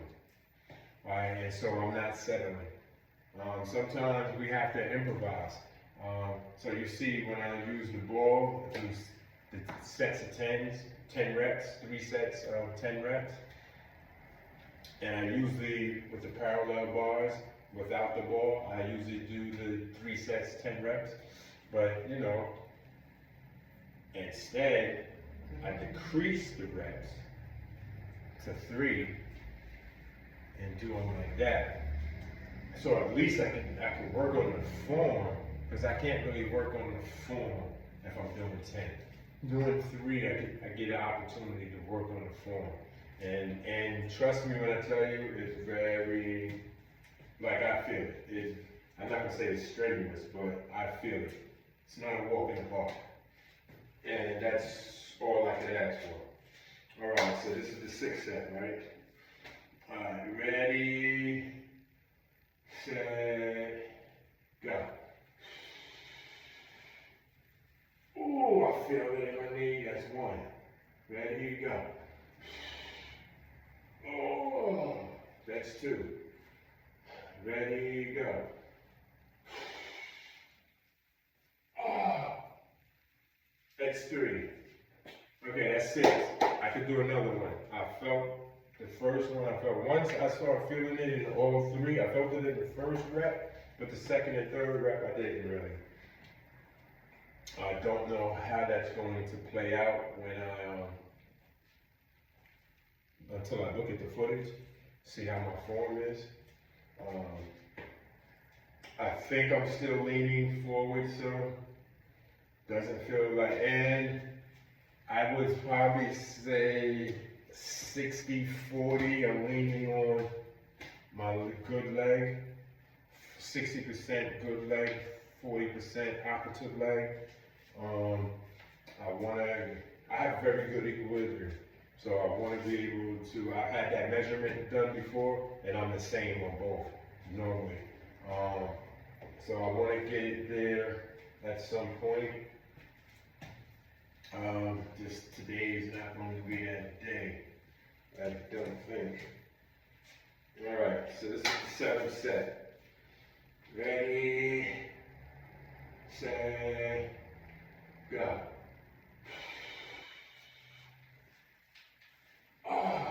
That's 1. That's 2. That's 3. Actually, that one might have been 55-45. 55% on my good leg and 45% on my opposite leg. That was more clean and more balanced. And I didn't feel it either of the 3 times. So I didn't feel it in my knee. That's a good thing. So that was 7, right? We're gonna just do 10 sets of 3s, which makes equivalent to 30 of the 3 sets of 10s. We're doing 10 sets of 3s. All right, so we got 3 more sets to go. If I can do it. I think I could though. That was 7. Working on number 8. Let's do face forward, because I want to see if if I can balance it. I'm checking out the balance. Check out my base, my foundation as I'm going down. See if you see me leaning this way, like this way. Or if I'm going like this. If I'm going like that, that means I'm putting pressure, right? I want to go straight down, right? That's the goal right here. I'm 50-50. That's what I'm trying to get to. 50% on each leg. Ready, set, go. Oh, that's one.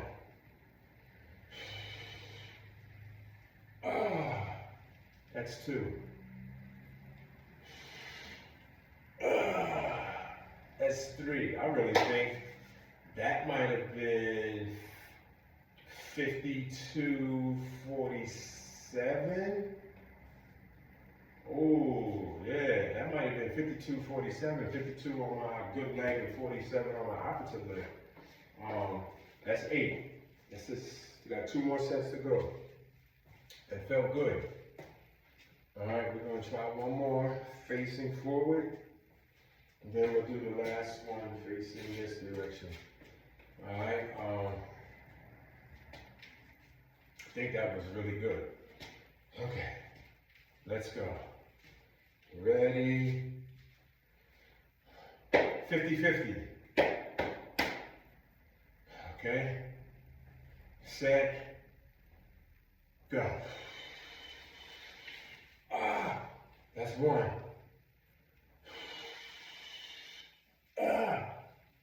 That's two. That's three.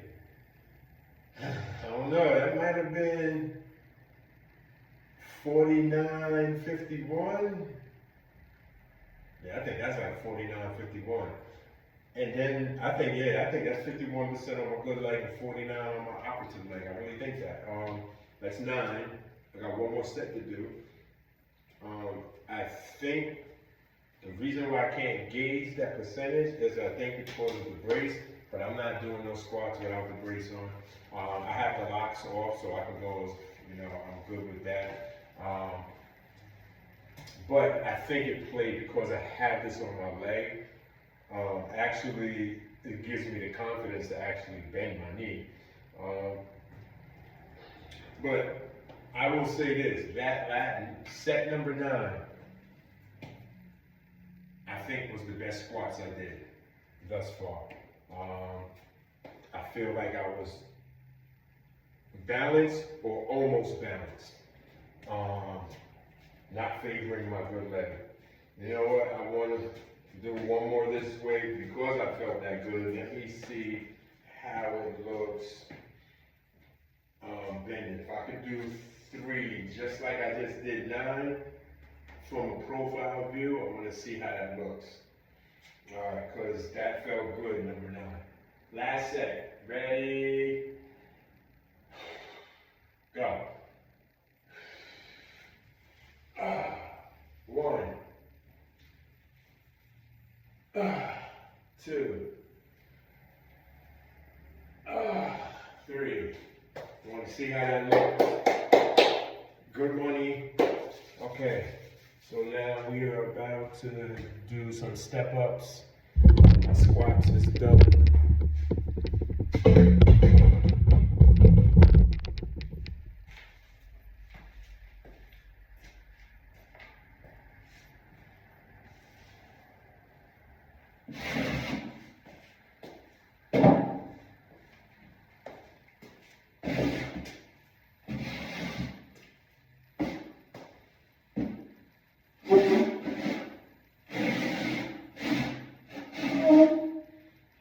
Actually, because my face is going to get cut out of the picture when I do this, but that's fine.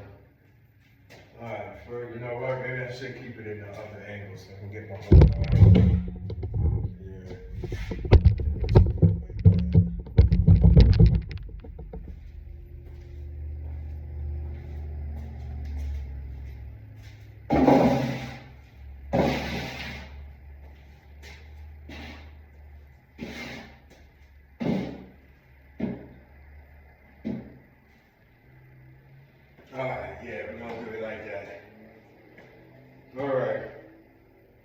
first things first, we're going to, should I do it this direction? So we're going to do it this direction. We're going to bend down, straight. I'm going to do it in all directions. All right, ready, go.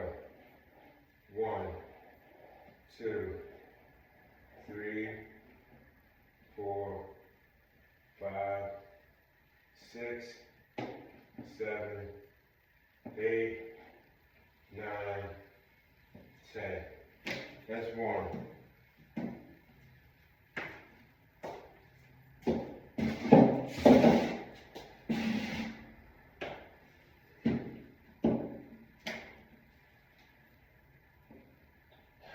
Ready, go. 1, 2, 3, 4, 5, 6, 7, 8, 9, 10.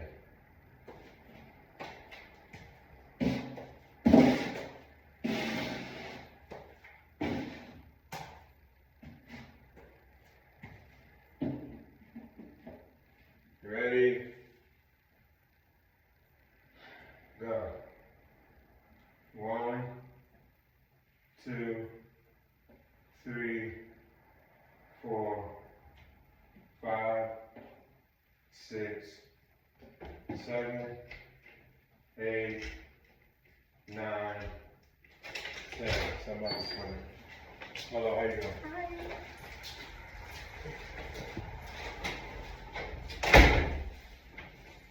Okay, so we got one more set to do, and that's going to be backwards.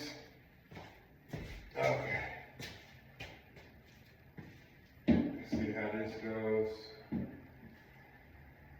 Ready, set, go.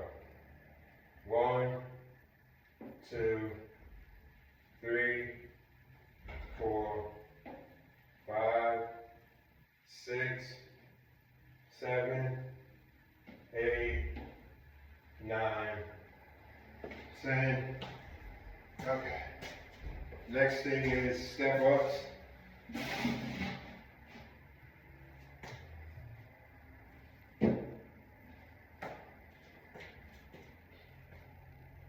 Alright, I'm here. Alright, ready, set, go. 1, 2, 3, 4, 5, 6, 7, 8, 9, 10. Okay. Ready, go. 1, 2, 3, 4, 5, 6, 7, 8, 9, 10. Okay, so that's 10. About to do 2 more sets. Is somebody coming? They went the other way. Alright, ready, set. Actually, I think I want to do it this way. And I'm going to do it the opposite way now. I want to see how that looks. Ready? 1, ooh, 2, ooh, 3, 4, 5, ooh, 6, 7, 8, 9, 10. That felt awkward. Yeah, that felt awkward, but lifting my leg up, it's actually bending it. It feels good. Like when I was reaching a peak, actually I'm going to exaggerate it and go as high as I can go. It felt really good. That was just like, that was the first time I ever did that. So, alright, let's check it out. Ready? Try to be a little bit more fluid. Ready? Go. 1, 2, 3, 4, 5, 6, 7, 8, 9, 10. All right, next thing is I want to, being I got this, I'm gonna have to bring the camera over here. This is something that they have me do in physical therapy, the ramp, the ankle ramp thing, but I'm gonna use the wall, and at least I have something to hold on to. Alright, so, okay. And I'm gonna hyperextend my knee. Ready? Go. Ooh. 1001, 1002, 1003, 1004, 1005. Ooh, that felt good. Do it with my, ready? 1001, 1002, 1003, 1004, 1005. Alright, yeah, I don't gotta hold on like that. I can just hold on. Alright, ready? Hyperextend my knee as much as I could. Lift up, stretch the calf muscle. 1001, 1002, 1003, 1004, 1005. Down. Ooh. And so they actually I can hold on like this because I have both. And push my hips toward the wall. 1001, 1002, 1003, 1004, 1005. Oh, that felt good too. Ooh, yeah. Stretch it out. Do that again. Ready? Push my hips to the wall. 1001, 1002, 1003, 1004, 1005. Okay, that was good. Okay. I'm gonna okay. Ready? Oh, you know what? I thought I'm not even gonna be able to get see that footage. Alright, I gotta come over here, so now I'm in the middle. Alright. Hopefully this time around and get my feet and hey. Ready? Go. Lean forward. Hip toward the wall. 1001, 1002, 1003, 1004, 1005. Oh. All right. I think that's it for in the corridor. We're about to go inside and finish up. All right. Let's see what's ready. That's on. Lights is on. Okay, let's mute this. Okay, we are back. About to do some hyper extensions with the weight. And then I'm going to do some icing. During these two things, I'm going to finish reading off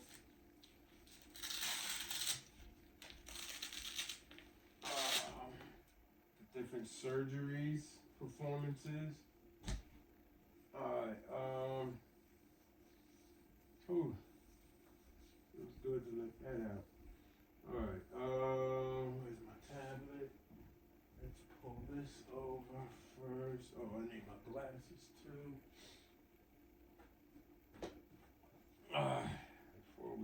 started. Let's just pull this up.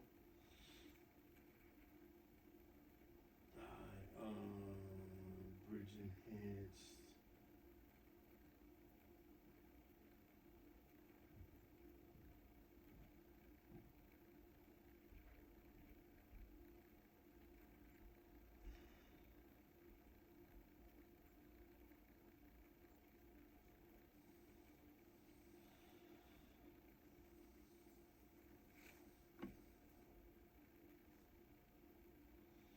Okay, so for all my viewers who watched episode, I believe it was 38 and 40 of the readings, going back to the National Library of Medicine, and just quickly we went over the bridge enhanced anterior cruciate ligament repair, which that's the acronym for B.E.A.R. It was a 2-year results of a first in-human study versus the ACLR, which is the anterior cruciate ligament reconstruction.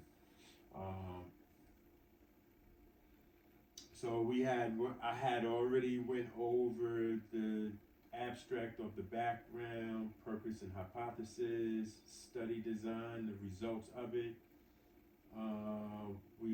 I read methods, the trial design, participants and inclusion criteria, which was probably the best thing that I read, the most informative thing that I read, which qualified the 20 participants that went under this study. That was the best part for me, of how they narrowed it down. It started with like 200 and some odd participants, and it narrowed it down to 20. All 20 had the same or very similar injury, and yeah, it was. I just liked how the criteria was met for the participants. We went over the scaffold, the surgical techniques, which was also amazing because they utilized for this specific study, they utilized one surgeon. I had mentioned in the last in episode 40, I had mentioned about how everybody has a signature, right? That if they would have used like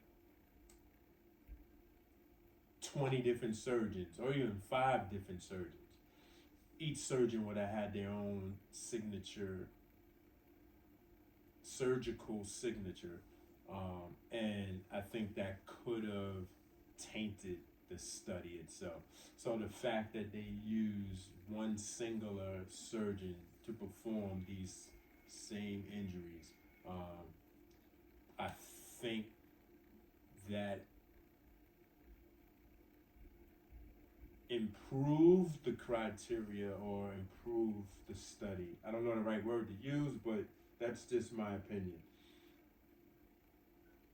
So we went through I read the surgical techniques between the bridge enhanced ACL repair and versus the ACL reconstruction. I read over the post-operative rehabilitation, the outcome measures from that, functional outcome measures. They had a brief paragraph on the MRI.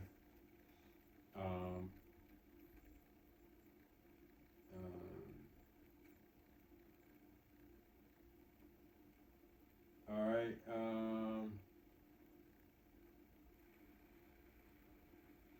We are now.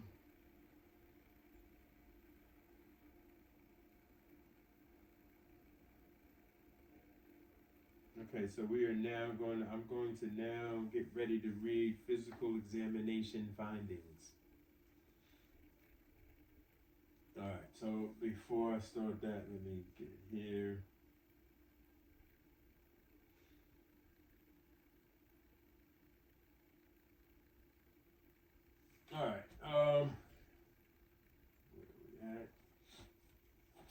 for viewers who don't know, I have a 5-pound dumbbell in my bag, which is going to help me hyperextend my knee. I'm going to keep my knee hyperextended for 5 minutes with the weight. This is to help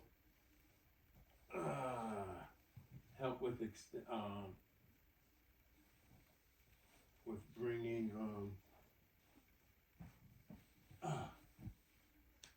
see how I still can't hyperextend it like this leg here. Let me show you the difference. So with this leg, see how it goes, it bows and hyperextends, you can see it. With this leg, you still see the bow this way. I'm trying to get it this way. So we're gonna take one strap, put it here, put the other strap here.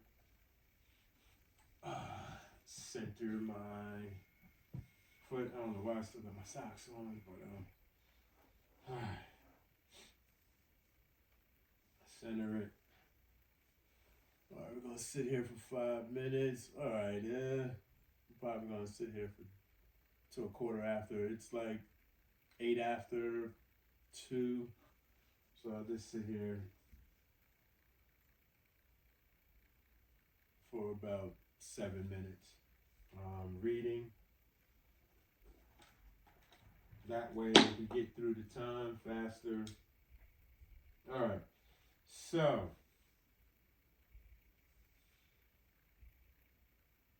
physical examination findings. Manual, Lachman, and pivot shift tests. At 2 years post-operatively, 8 of 9 patients in the B.E.A.R group and 6 of 7 patients in the ACLR group had Lachman grade A. That's normal.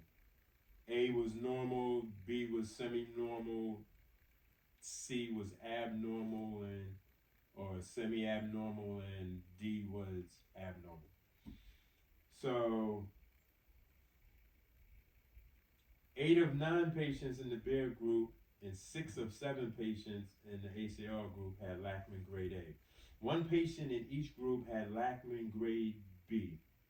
All patients had a firm endpoint.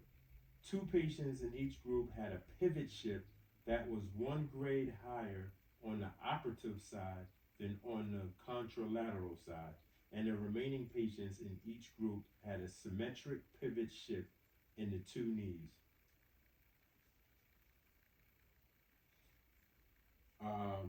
What I'm gathering from that, but I'm not sure that that's what they're saying, but I'm gathering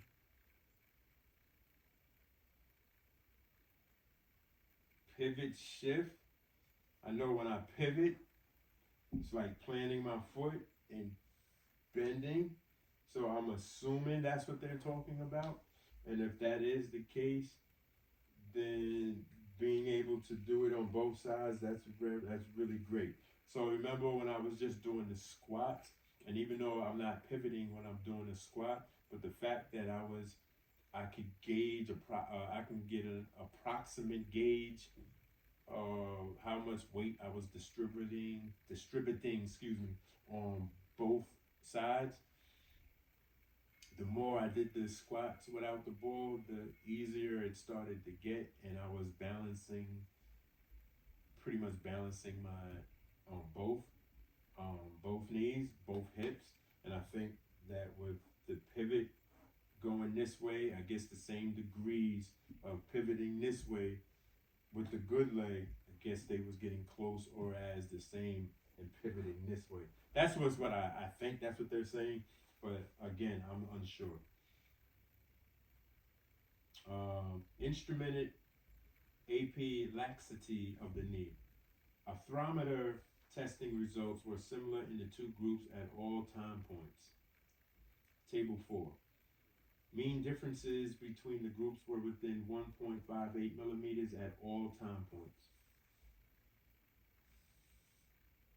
All right, so side-to-side differences in anteposterior laxity.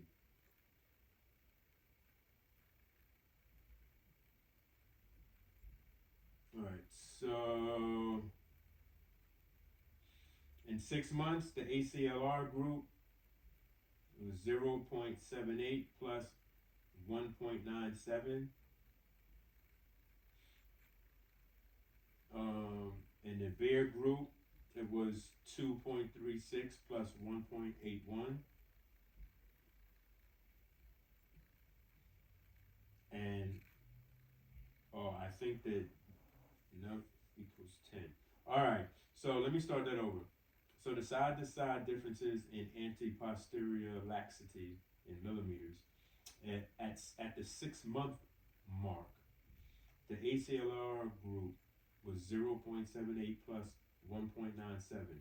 In parentheses, N equals number, or N is number equals 9.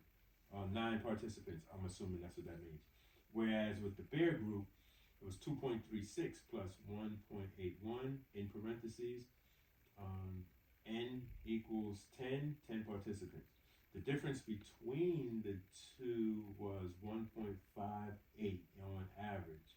In parentheses, minus 0.25 to 3.40.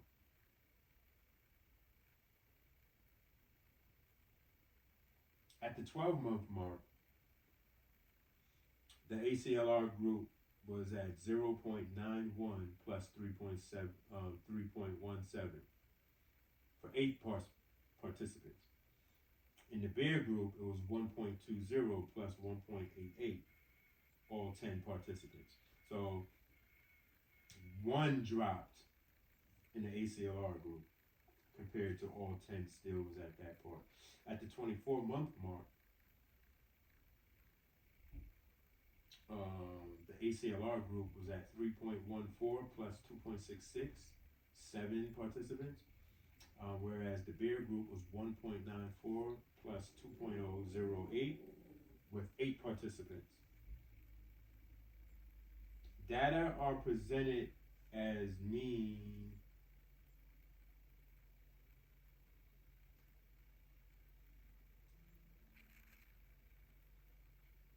Okay.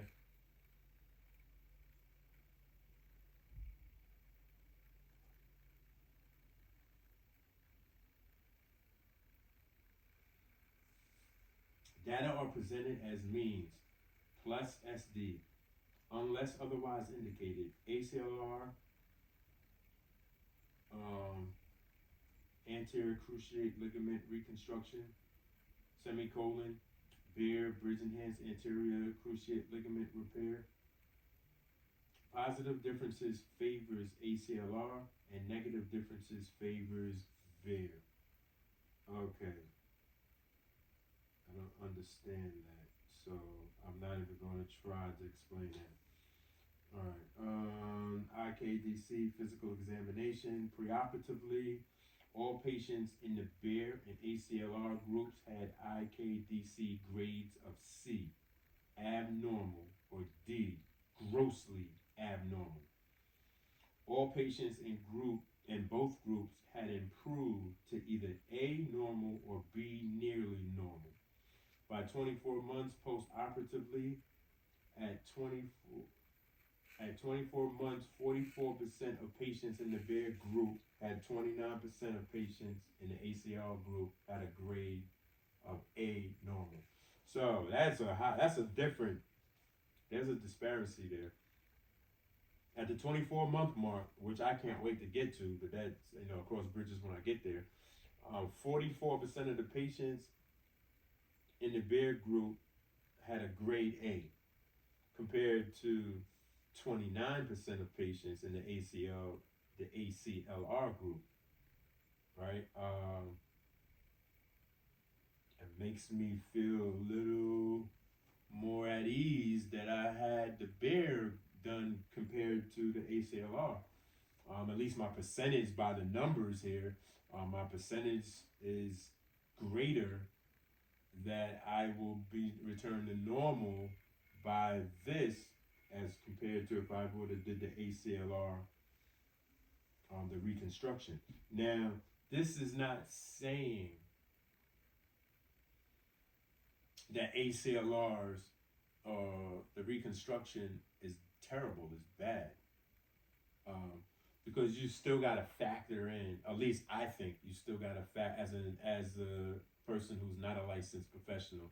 I think that what still needs to be factored in is a person's motivation to do physical therapy, motivation to do the homework at home physical therapy, um, age, how important their health is to them. These all play a mental state. I really believe this all plays a part, right? And so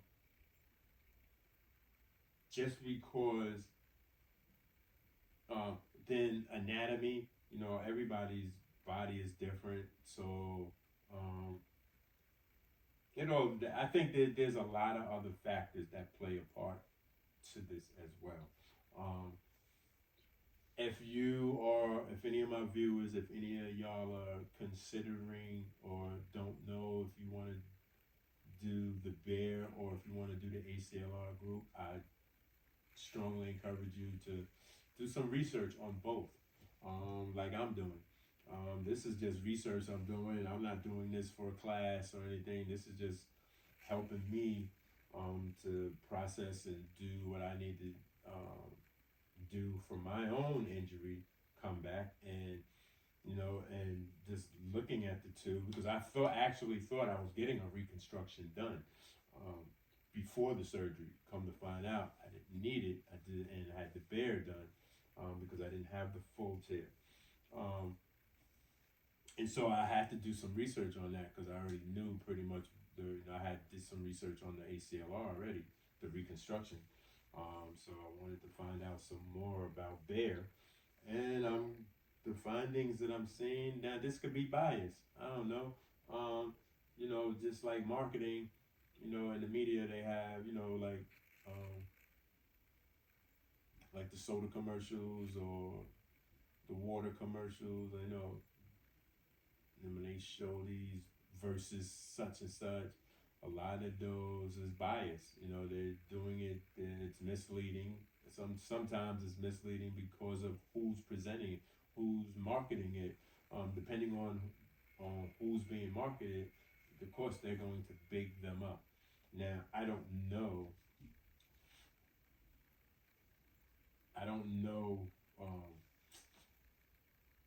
whoever's doing this study what they favor. Whoever did this without reading, I don't know what they favor. So they might favor B.E.A.R, right? Whatever physicians did this document, right? And if so, then I could understand it that they're going to promote the good points over the reconstruction.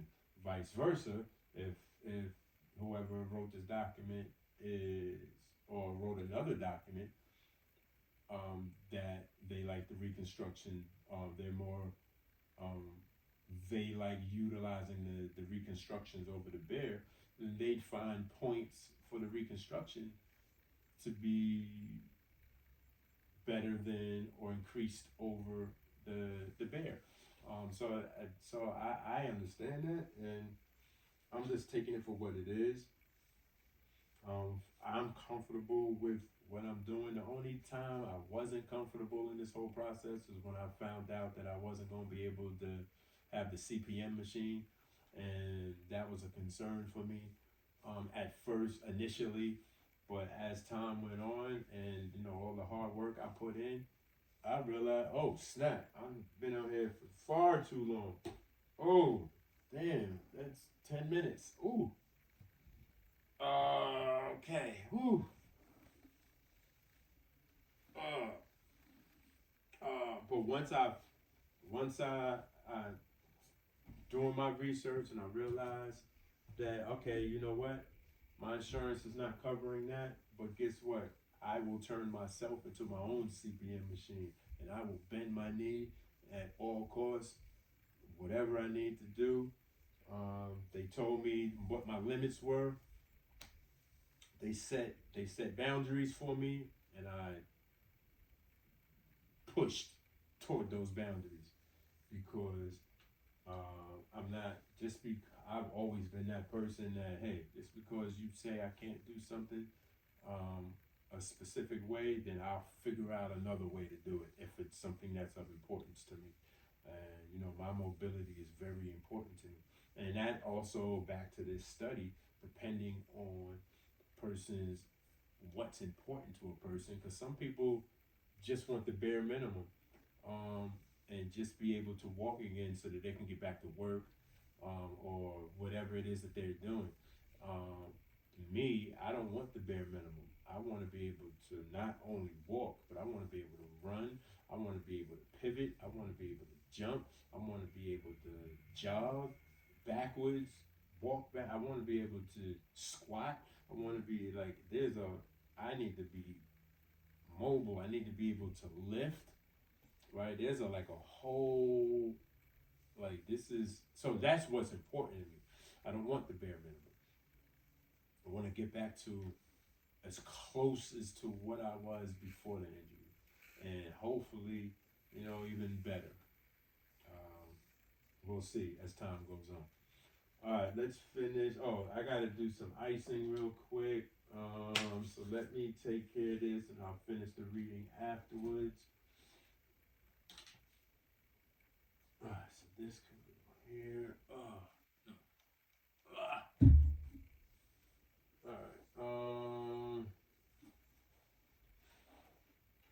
Let's put this all away. You can go here. You can go here.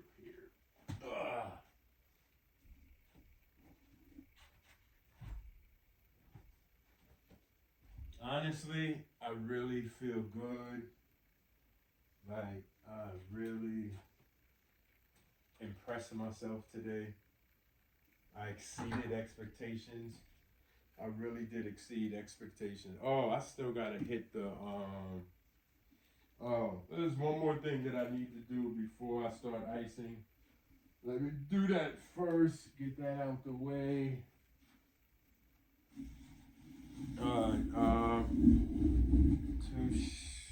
real quick.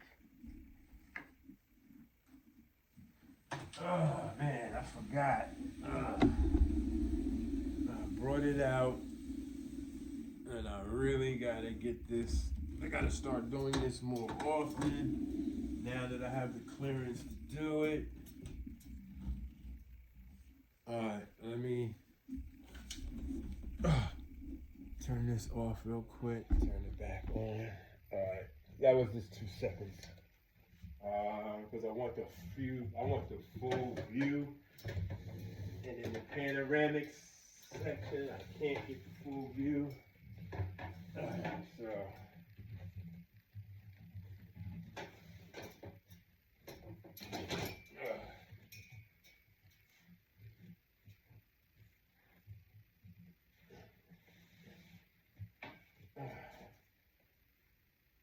Okay. Where are we at? Is this middle? Pretty much. Okay, let me put my sneakers back on. I'm walking with a limp, but it's a good thing. I'm walking with a limp because I put a lot of work in today. Oh, yeah, I feel it. I can't wait to start icing. Once I start icing, whoo, relax, get into my studies, and keep it moving.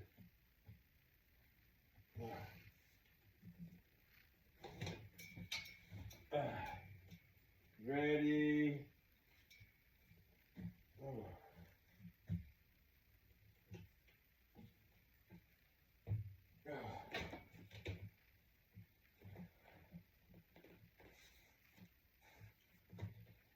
All right.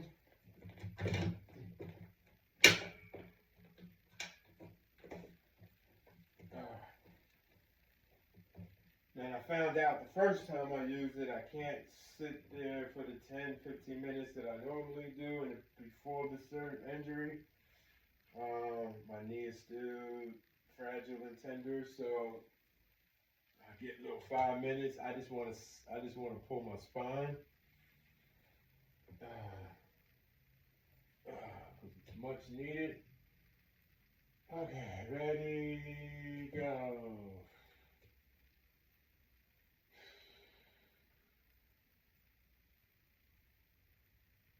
Ah.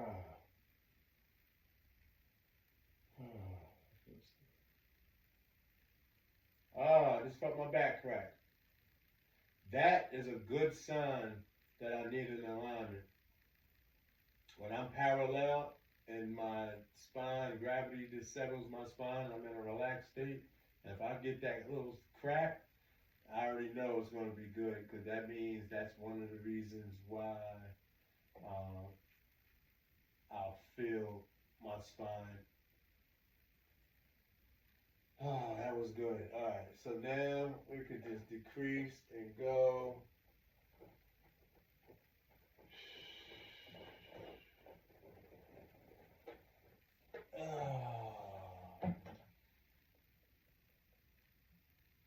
Oh, I feel it.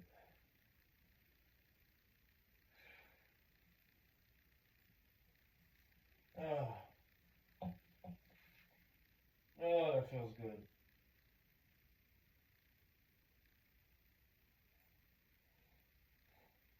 Mm. Oh, stretch it out. Oh, that feels good. Oh, move it around. Oh, get it to shape. Let gravity pull. Move my neck side to side, up and down, circles. That feels good. All right. One, two, three, 4, 5, 6, 7, 8, 9, 10. Woo! I miss doing those.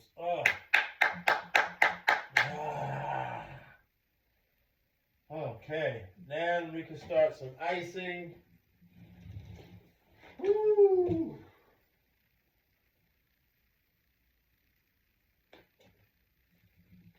Oh. All right. I feel so much better now. You don't even know.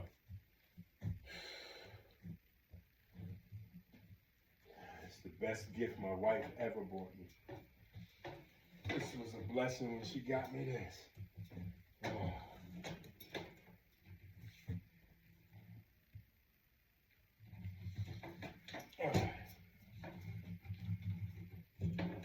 And one of the main reasons why I was still able to play basketball after my car accident and still be active, running and doing 5Ks. And if I didn't, what the hell? If I didn't, I stepped on Snoop's bone. If I didn't have this, I'd probably be, I don't know where I'd be, but I wouldn't be where I'm at now. I do know that for a fact.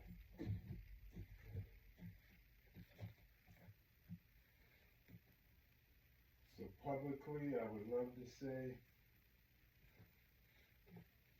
to my beautiful wife, you know who you are.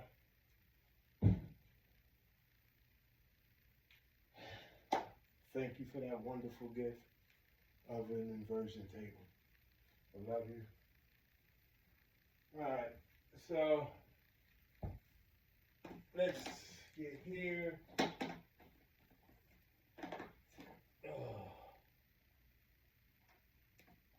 What time is it? You already walking. You took a dunk, so I can relax. You don't gotta be walked till about 4 or 5 o'clock.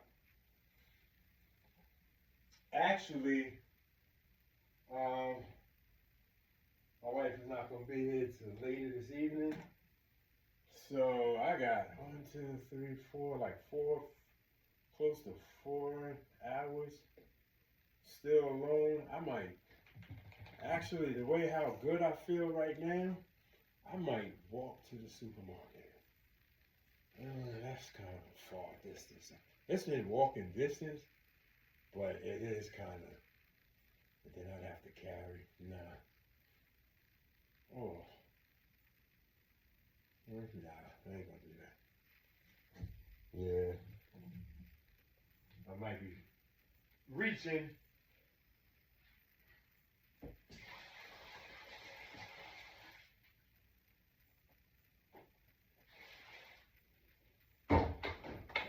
All right.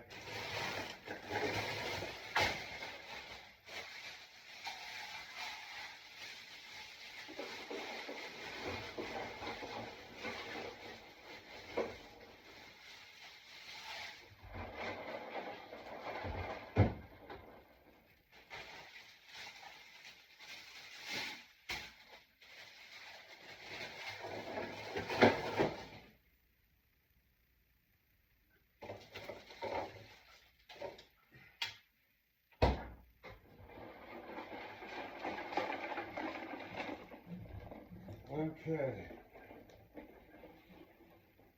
We got this. Let me turn this back to panoramic view. Okay, yep, we're back in panoramic view.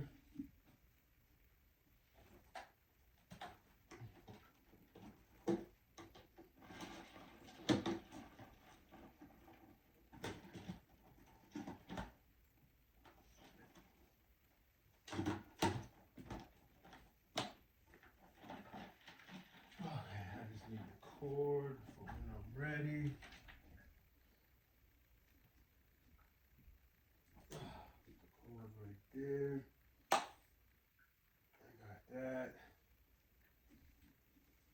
Okay, what am I doing? Tablet is here.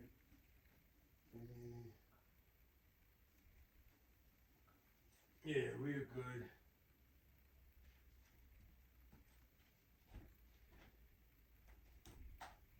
Alright, so that's good. Go there. That's good. Ah, word. Okay, Pete Carroll's going to the Raiders. Oh, whew. Okay. This can go here. We can go here. We can go there. You can go there. Let's put these 10s on.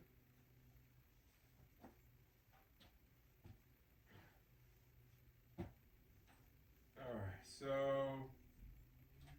actually I think today was a good day of PT. Oh, this is what I want to say. I didn't say it this episode. So, to my new viewers, anybody that's watching this, I am not, let me repeat, I am not a licensed professional. So the content that you see on U-N-I-VERSELIFETV, when you see me doing exercises, please, if you are in physical therapy, or you know that you're about to be going to physical therapy and you see me doing my exercises, I strongly encourage you, do not do the exercises you see me doing. Talk to your licensed professional, and go by whatever regiment they have for you that they want you to do. My content, my ACL journey, my content is to inspire only. Again, my content on U-N-I-VERSELIFETV is to inspire and motivate clients only. There are some people out in the world who lack motivation to do their physical therapy at home or at the physical therapist's office. Sometimes people make excuses. I can't, my place isn't big enough for me to do all the stuff there. I live in a housing complex, a nice one, right? but we don't, it's not a house. So it's compact. Small, not super small, but small enough, right? You don't need to be in a big old gym or a big old space. Some of the exercises that I do is just to show, hey, I use this tight little area to do all my exercising. And again, it's not about what I do, it's about how motivated are you to recover. How important is it to you to get back to the quality of life you were able to function at before your injury, right? The majority of the exercises that you see that I do, at least 90% of them was issued by my physical therapist. The other 10% is me taking something that they provided and I just did it a little differently or added to it, but nothing detrimental that was going to hurt me or exacerbate the injury in any way, shape, or form. Again, I am not a licensed professional, so please do not do any of the exercises you see me doing. Just utilize this U-N-I-VERSE Life TV to motivate you to do your process, to go through your journey.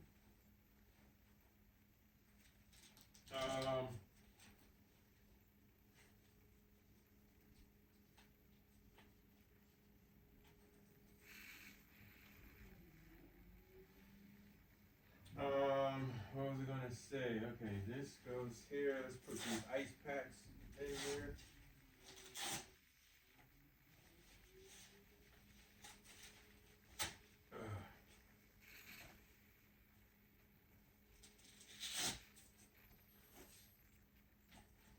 I am so excited for myself because I am beginning to see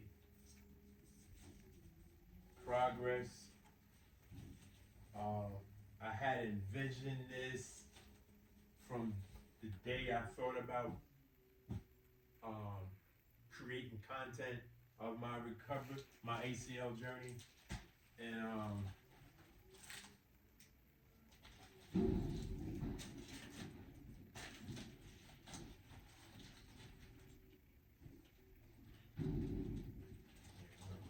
this. Okay, where we at? Oh, I'm sorry. I'm just trying to hurry up and get this.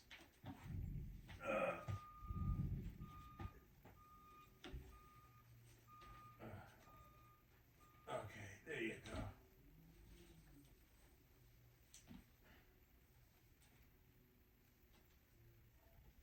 Okay, there we go. This go here.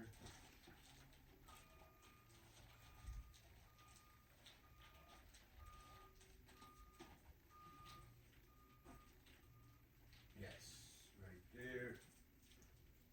Stretch it. That's good right there. Let's get the second one.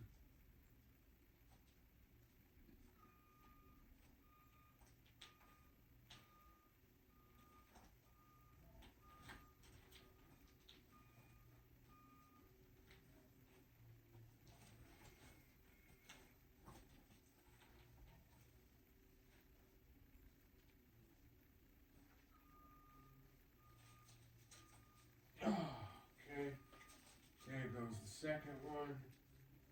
Straighten it out. Okay, and let's go here. We almost done. That's one. That's two. That's three. put these battery.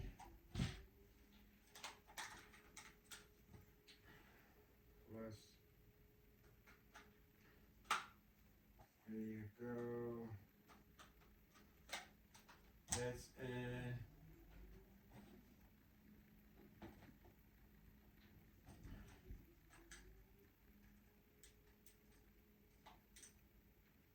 Okay, that's one. That's two. All right, let's turn this electrical current on.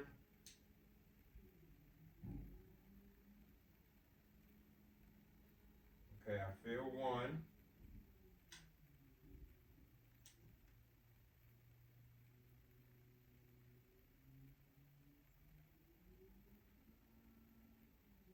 And I feel two. There you go. All right, we are on and popping. All right, let's get back to reading. Got a half hour.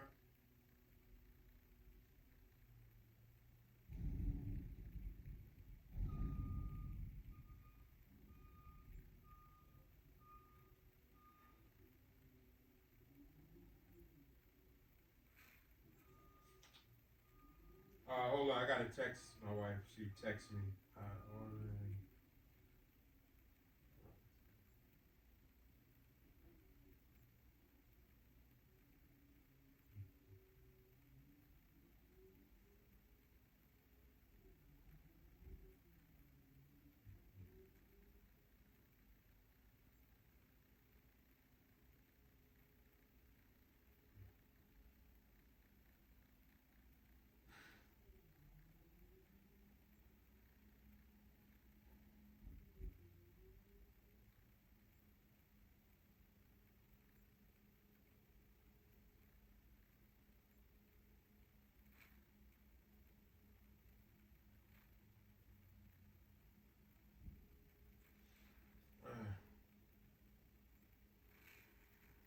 All right, so that's done.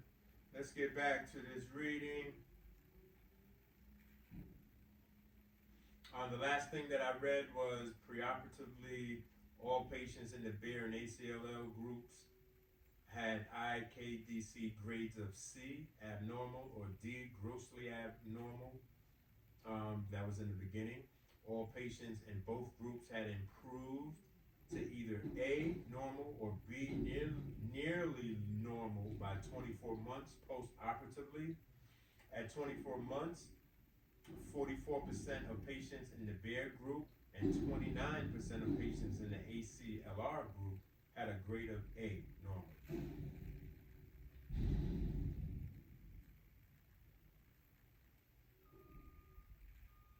All right, so the IKDC objective grades.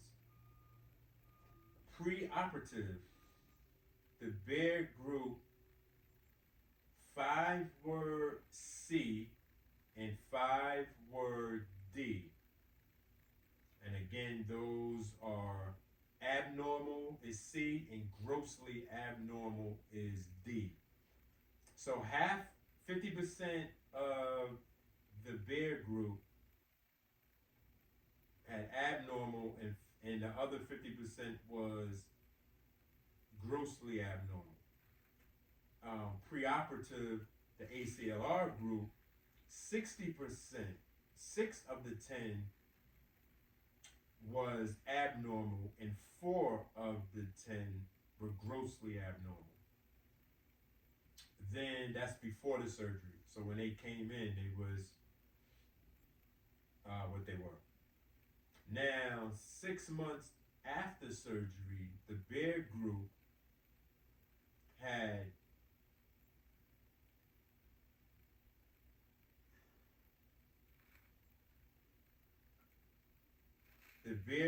had one person at 6 months. The B.E.A.R group had, my wife keeps texting me, I'm sorry. All right. I got it though, I don't know if she's subscribed to my page or not. But if you are and you see this, I got it. Thanks, love you. All right, anyway, so as I was saying, at the 6 month mark, the B.E.A.R group they had one person normal, A. 8 people, B, which was, hold up, let me see what that was again. Oh, okay. A is normal, B is nearly normal. Okay. So at the 6 month mark, the B.E.A.R group had one participant was normal, 8 participants were um, nearly normal, and one participant was abnormal. So that was kind of a 90% right there, give or take. And at the 6 month mark for the ACLR group, 3 were normal, 6 was nearly normal, and they had 0 abnormals and 0 grossly abnormals. That's only 9 people. Oh, that's right. I forgot. The other day when I was reading, they had to get rid of one of the ACLR. I don't remember the reason now why, but they didn't qualify for some reason. It had something to do with. Oh, it was because of the meniscus. It was another ligament that was also torn in their injury, so they got disqualified from the group. Right? It was something to to that effect. All right, so at the 6 month mark, the reconstruction, people who had the reconstruction, it was a higher percentage of normal, 3 compared to the B.E.A.R's 1. Um, and at the 1 year mark, check this out.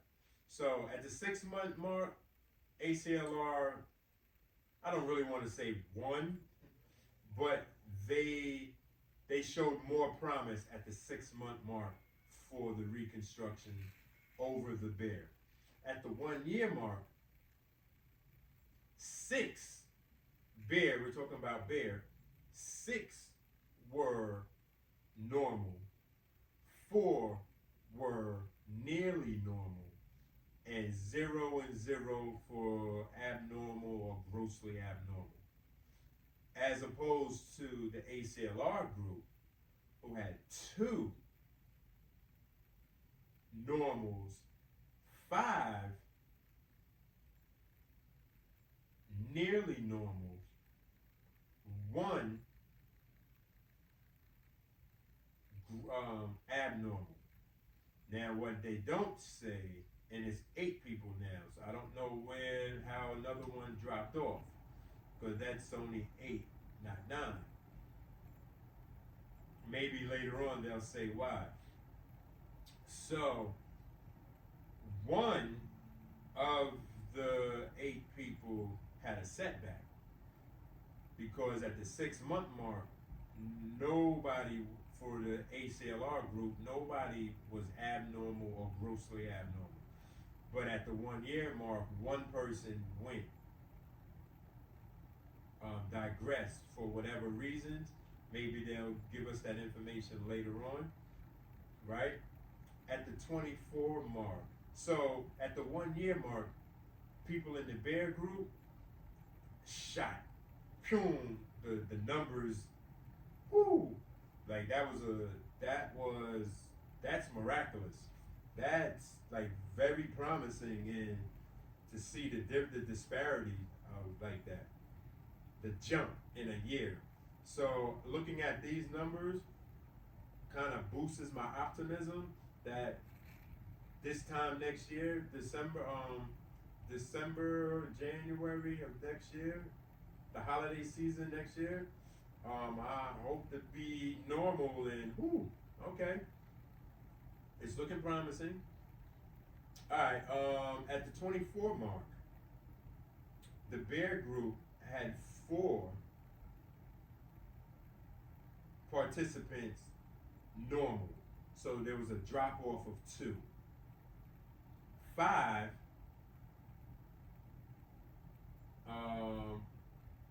that were nearly normal, and there was only 9 people at the 24 mark. So I don't know what happened to that additional person. Maybe with at the 12 mark and the 24 mark, maybe these people dropped out of they dropped out of the survey, the test. I'm not sure. So far, I haven't read anything to tell otherwise. So we got 9 people at the 24 mark with B.E.A.R, 4 normal, 5 nearly normal, as opposed to the ACLR group at the 24 mark. 2 were normal, 5 were nearly normal, and 0 abnormals and 0 grossly abnormals. However, there's only 7 people, right? So at the end of the 24 mark, 9 people remained in the B.E.A.R group and 7 people remained in the ACLR group. From the 12-month mark to the 24-month mark, 1 year later, there was no increase or no decrease with the ACLR group, whereas the B.E.A.R group decreased in A by 2, but increased in B by 1. So, and decreased, oh yeah, there was nobody in the abnormal. So, the numbers favor the B.E.A.R group when you look at that overall. I don't know, I can't crunch the exact numbers, but at the overall sense, when you look at this, the B.E.A.R group was seen, appears by the numbers more promising than the ACLR group. It says data are presented as N%.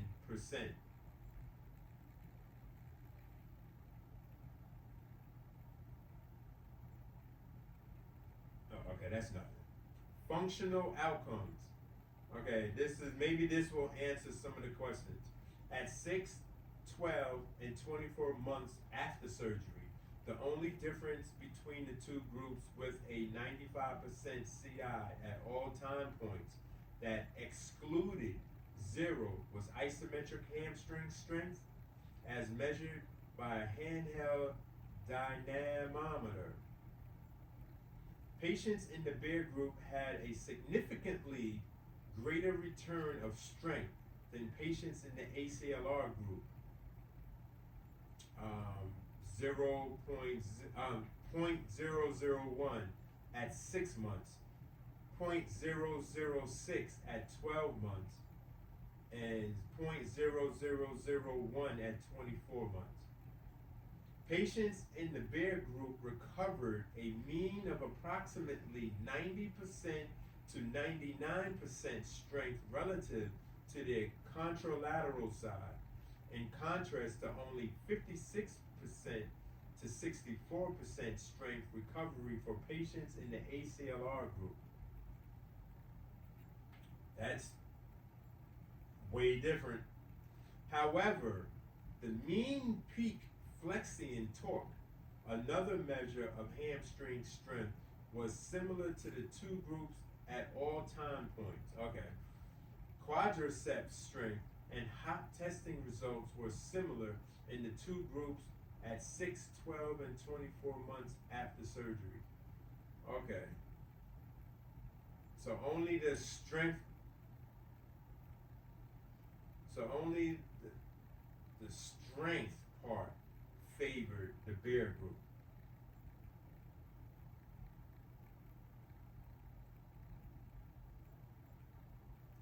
Alright, so we're gonna go through the numbers. Prone hamstring strength, 6 months, 64.3 for the ACLR group, 89.5 for the B.E.A.R group.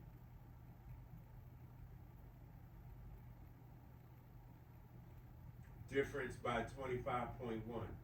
At 12-month mark for the prone hamstring strength, 59.8 for the ACLR group, 92.7 for the B.E.A.R group, 32.9 difference between the two. Oh, so I forgot. At the 6th month, it was 9 participants with the ACLR group and 10 participants with the B.E.A.R group. At the 12-month mark, it was 8 participants with the ACLR group, 10 with the B.E.A.R group. At the 24-month mark, it was 56.3, 7 participants with the ACLR group, whereas the B.E.A.R group was 98.6 with 8 participants. A difference between 42.3. So hamstring strength, the B.E.A.R group knocked it out the park. As in for seated quadricep strength, at the 6-month mark, 90.1 for the ACLR group with 9 participants, 87.4 for the B.E.A.R group with 10 participants with a difference of 2.7. Alright?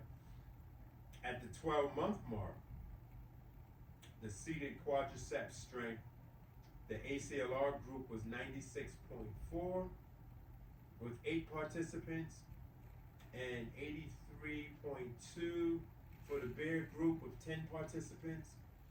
The difference between 13.2 difference between the two groups. At the 24-month mark, the ACLR group was 103.1 with 7 participants and 98.5 with 8 participants, a difference of 4.6. So with the seated quadricep strength, the ACLR group was slightly better. Now it might be a little bit more than slightly. I don't know what's above slightly. Not considerably better, but slightly. Yeah, you know what? Slightly better. I think that's the right terminology. Slightly. All right. Lying hip abductor strength. I believe that might be how the heel slide's coming about. I'm assuming, but I'm not sure. Lying down, lying hip abductor strength. That's what I'm assuming. I'm assuming that's lying on my back doing a heel slide. I think, but I'm not sure. All right. At the 6-month mark, the ACLR group was 101.2 with 9 participants. The B.E.A.R group was 97.7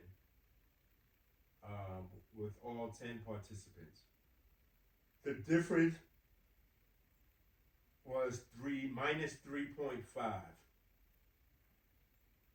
At the 12-month mark, the ACLR group was 96.9 with 8 participants, and for the B.E.A.R group it was 105 plus 4, 105.4 with all 10 participants, increasing the difference by 8.5. And then at the 24-month mark,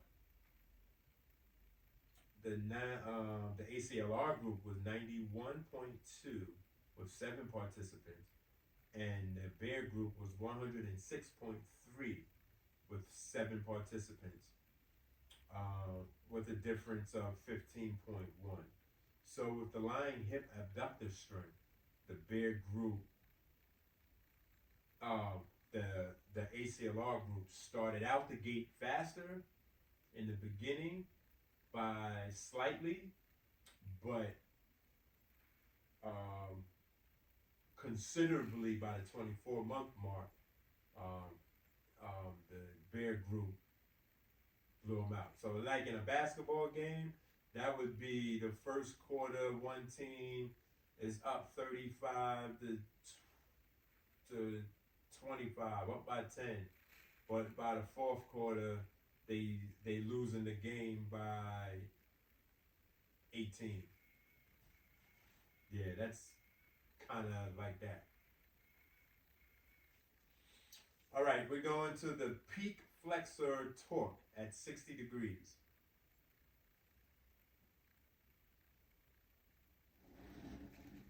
At the 6 month mark, the ACLR group was 79.7 with 9 participants,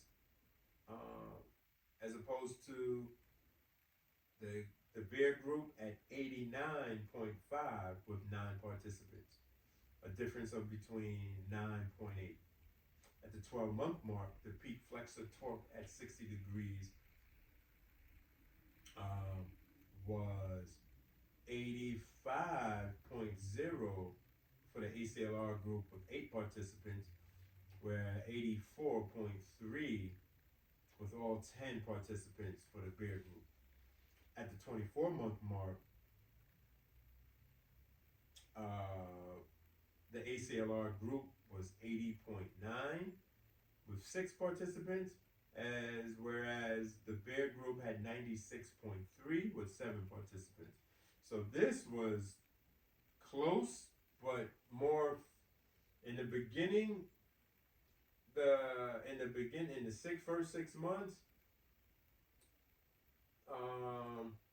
the the B.E.A.R group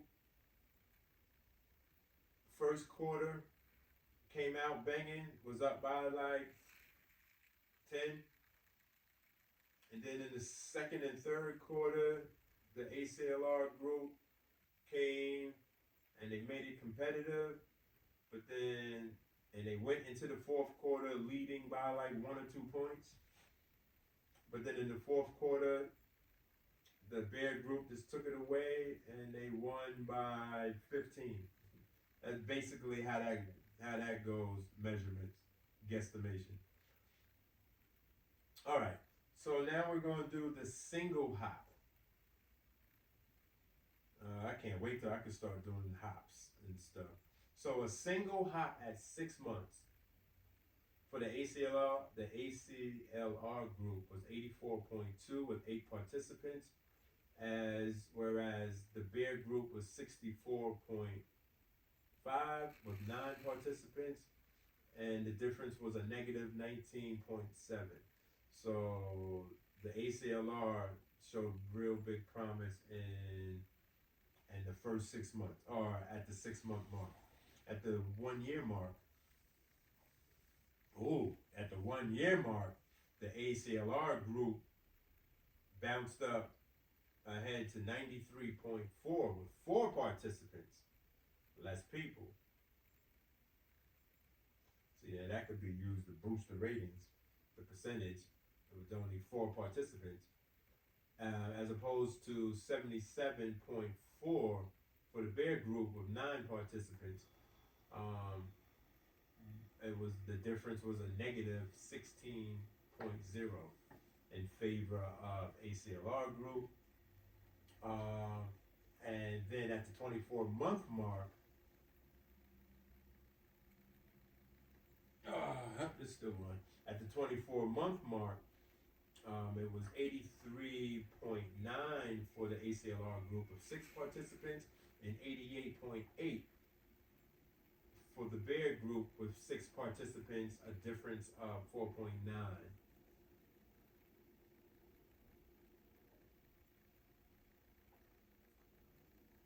Okay, so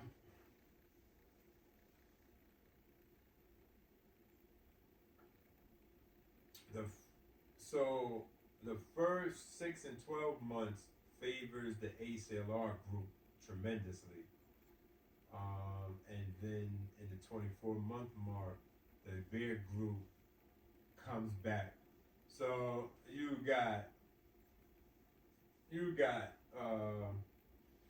a blowout in the first. You got a blowout the first 3 quarters.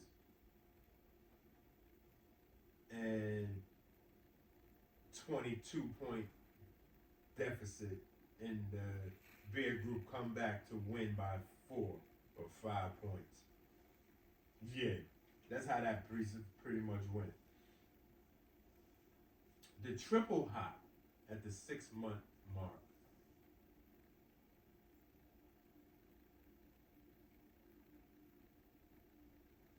Okay, so the triple hop at the 6-month mark for the ACLR group was 85.5 with 8 participants, whereas the B.E.A.R group has 73.8 with 6 participants, a difference of negative 11.7. At the 12-month mark,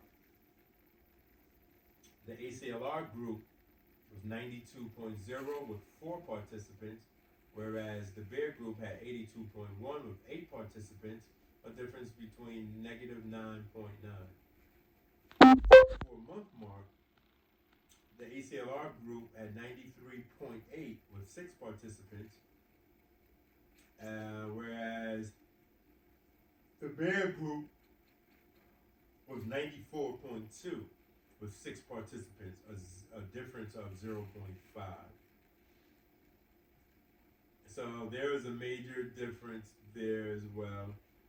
Not a 20-point comeback, but about a 10-point comeback. So with the hops and the triple hops, the ACLR group, you got more people than the percentage.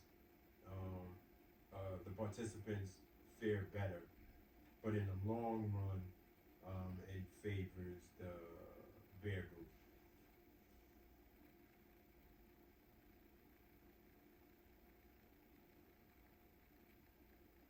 All right, we're going to skip some of these and just go to the single leg squat. Greater than 60 degrees, operative side. All right. So at the 6-month mark, 8 of 9 was 88.9 degrees. Whereas at the 6-month mark, 6 of 10 was 60 degrees. So there was way more progress with the ACLR group than the B.E.A.R group. At the 12-month mark, well, so that just shows that I'm doing very good because I'm only a month in and I'm already at 105 degrees. So I'm really impressed.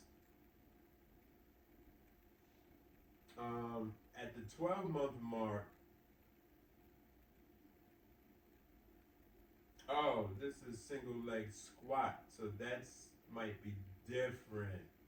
Yeah, that's probably different. All right, yeah, so that's probably why. I probably, if I would have to. So when I go to physical therapy tomorrow, when I do my squats, hopefully they have me do squats tomorrow. I'm gonna get the goiometer to measure my peak at the squat, and it probably is going to be in this range somewhere. All right, yeah, that's what I'm gonna do. All right, so at the 12-month mark, because I just was thinking about it, heel slide. I'm not bending my knee like this in a squat. My leg is going to be more like this. Yeah, so I get it. I understand. That 105 degrees has nothing to do with that because I didn't do that in a squat position. So at the 12-month mark, 7 of 8 participants was 87.5 degrees, where all 10 for the ACLR group, and for the B.E.A.R group, all 10 made it to 100 degrees at the 12-month mark in the squat position, the single leg squat position. That's a big jump. That's a hell of a big jump. Whereas there was a setback by almost a full degree, 6 months to 12 months for the ACLR group. And at the 24-month mark, 6 out of 7 participants participated 85.7 for the ACLR group, as 8 of 9 participated for the B.E.A.R group at 88.9. So there was a deduction for both groups, but in the long run, the B.E.A.R group, the percentage favored them in the long term. So I'm kind of glad about that.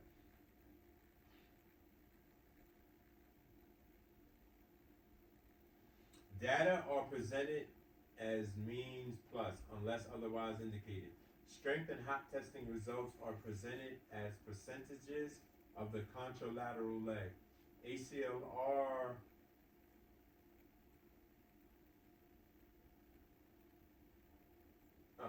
positive differences favor B.E.A.R and negative differences favor ACLR for all outcomes except the 6-month timed single hop and single leg squat above 60 degrees.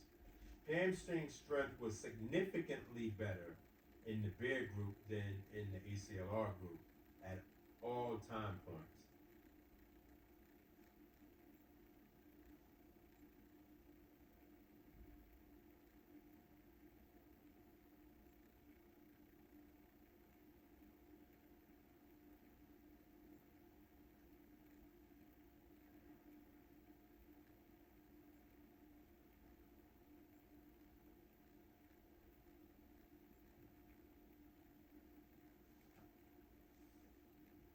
All right.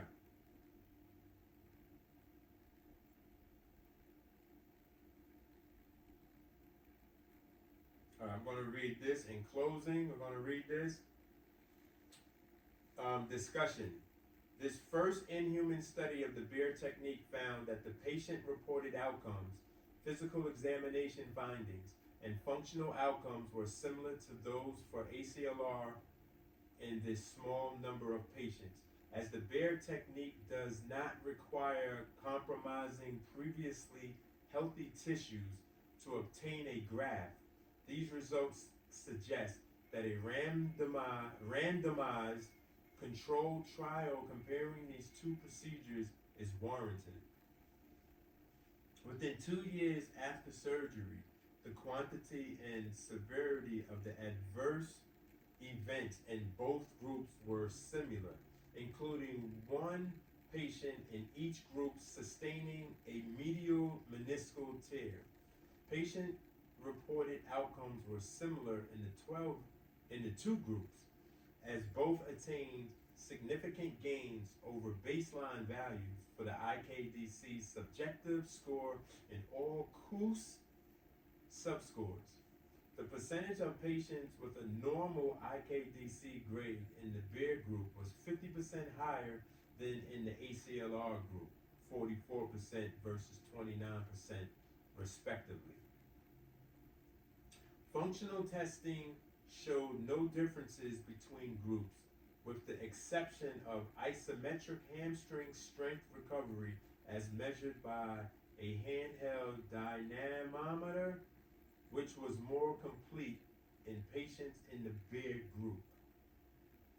In the first year after surgery, 1 of 10 patients in each group required subsequent medial meniscal surgery. The risk of needing meniscal surgery in the first few years after ACLR has been reported to range from 4% to 24%, with younger cohorts generally having a higher rate of post-operative meniscal injuries. Our observation that 1 in 10 of the patients in each group required additional meniscal surgery and thus within the range previously reported for ACLR. The patient-reported outcomes were similar in the two groups, with both groups obtaining significant gains over baseline preoperative values. The IKDC and KOOS scores were similar in the ACLR group to what has been previously reported in the literature. In this study, the IKDC subjective score averaged about 85 points in the ACLR group at both the 12 and 24-month follow-ups, which were similar to the 24-month reported by the multi-center orthopedic outcome network group, MOON, 81 points after ACLR. Patients in the B.E.A.R group had a similar mean score at 12 months, with a subsequent mean score of approximate 92 points at 24 months after surgery, and similar to that previously reported for men and women without knee injuries.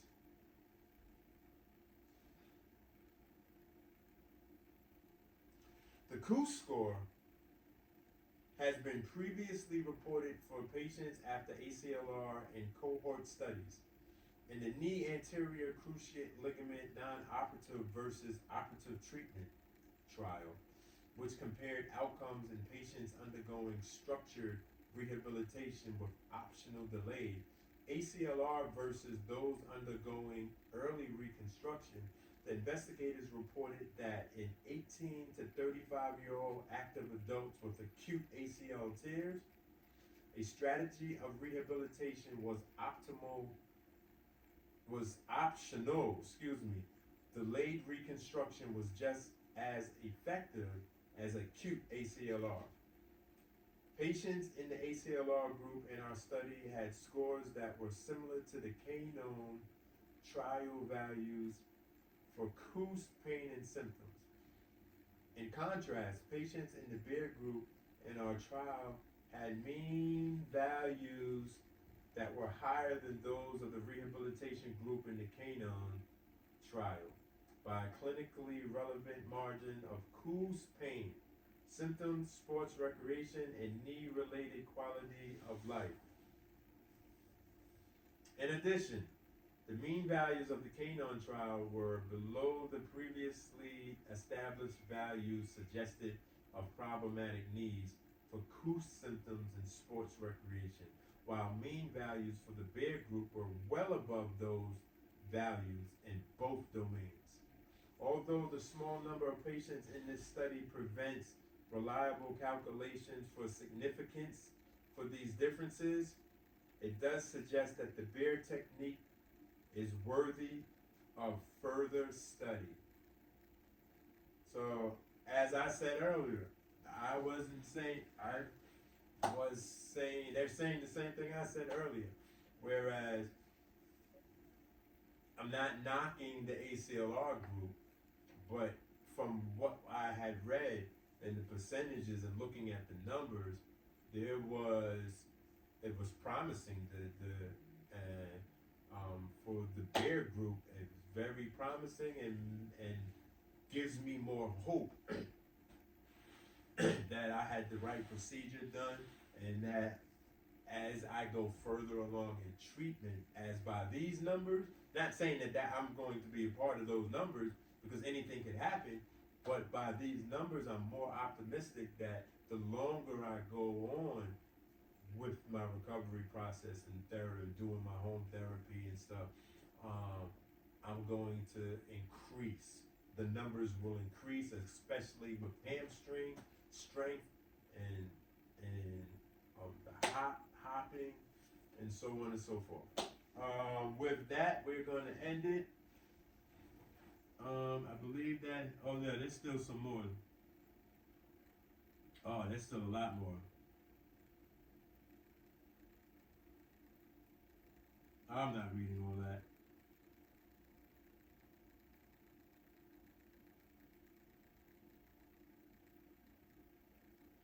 What I will read is in conclusion. In conclusion, the result of the first inhuman study demonstrates that the use of the B.E.A.R scaffold resulted in similar clinical, functional, and patient-reported outcomes compared with patients undergoing ACLR with an autograft 24 months after surgery. The autograft is when they took like a piece of the hamstring or a piece of the flesh or whatever to construct the ACLR. The procedure did not result in any patients having an infection or severe inflammatory reaction, arthrofibrosis, or a reaction that requires scaffold removal. In addition, manual and instrumented measures suggested that stability of the knee after both procedures may be comparable at this early time point. Combined, these findings suggest that the B.E.A.R procedure is a method deserving further study. Okay, same thing that I just read. All right.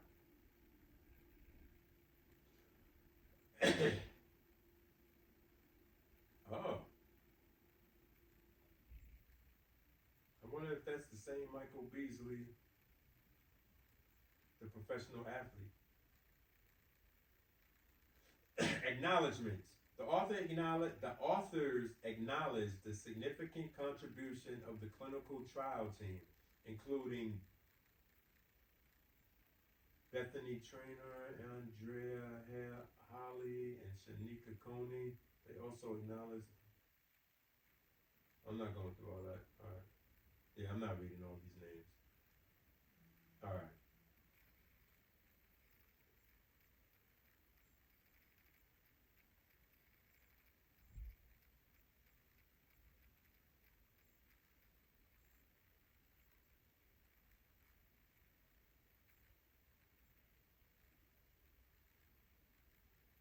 Okay, this are all references and stuff. All right, so we're finished with that reading. Um, at least half of the stuff that I read, I know I didn't understand. Overall, I got a general sense of what the study was about. What was most important to me was how the criteria of how they came up with the participants. I understood that completely. I understood the percentage wise within the 6 month, the 12 month, and the 24 month. That was important to me. All the medical terminology. I'm not a physician. I'm not a licensed professional. I really don't need that information.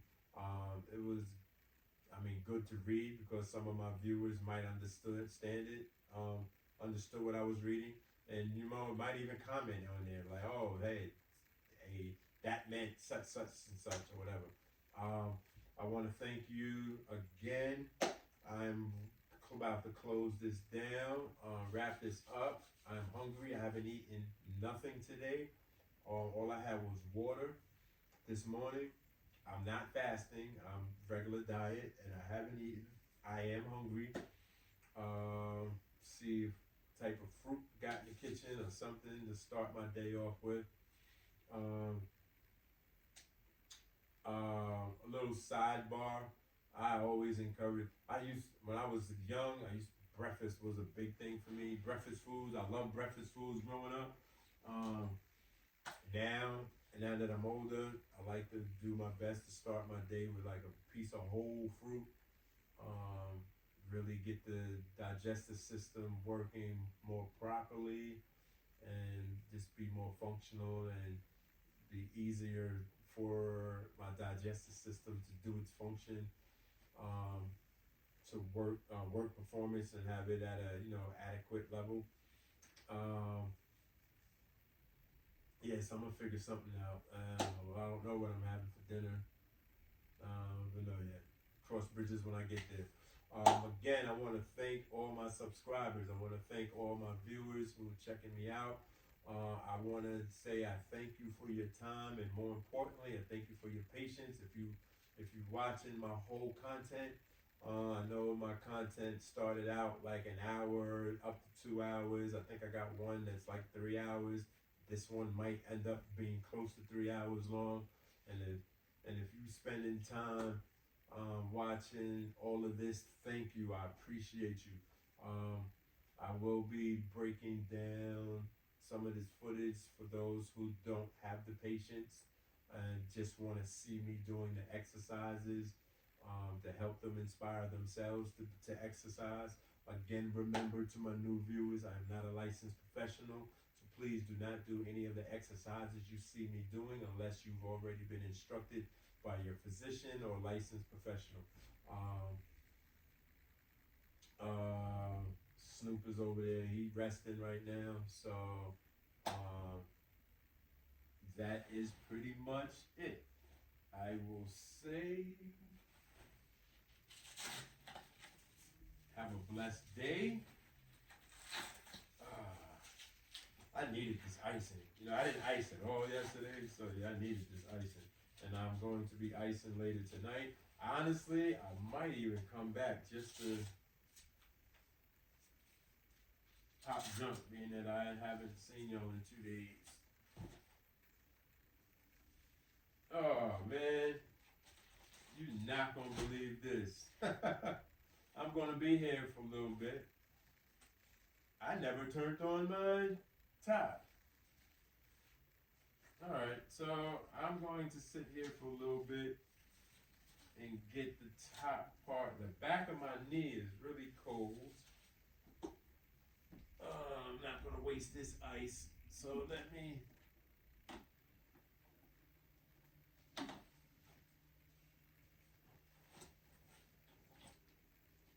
I could actually put this back on.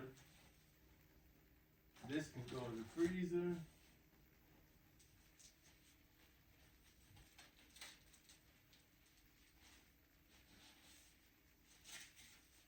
Ah, there go that wave.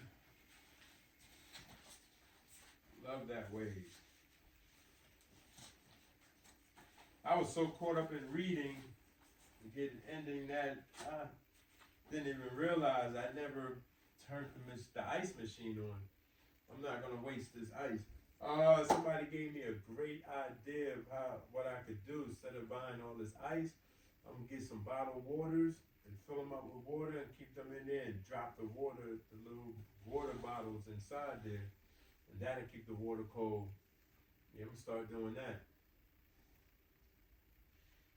Alright, with that being said, I'm not going to keep y'all, so let me end this. I'm going to sit here, watch some television while I sit here for another half hour.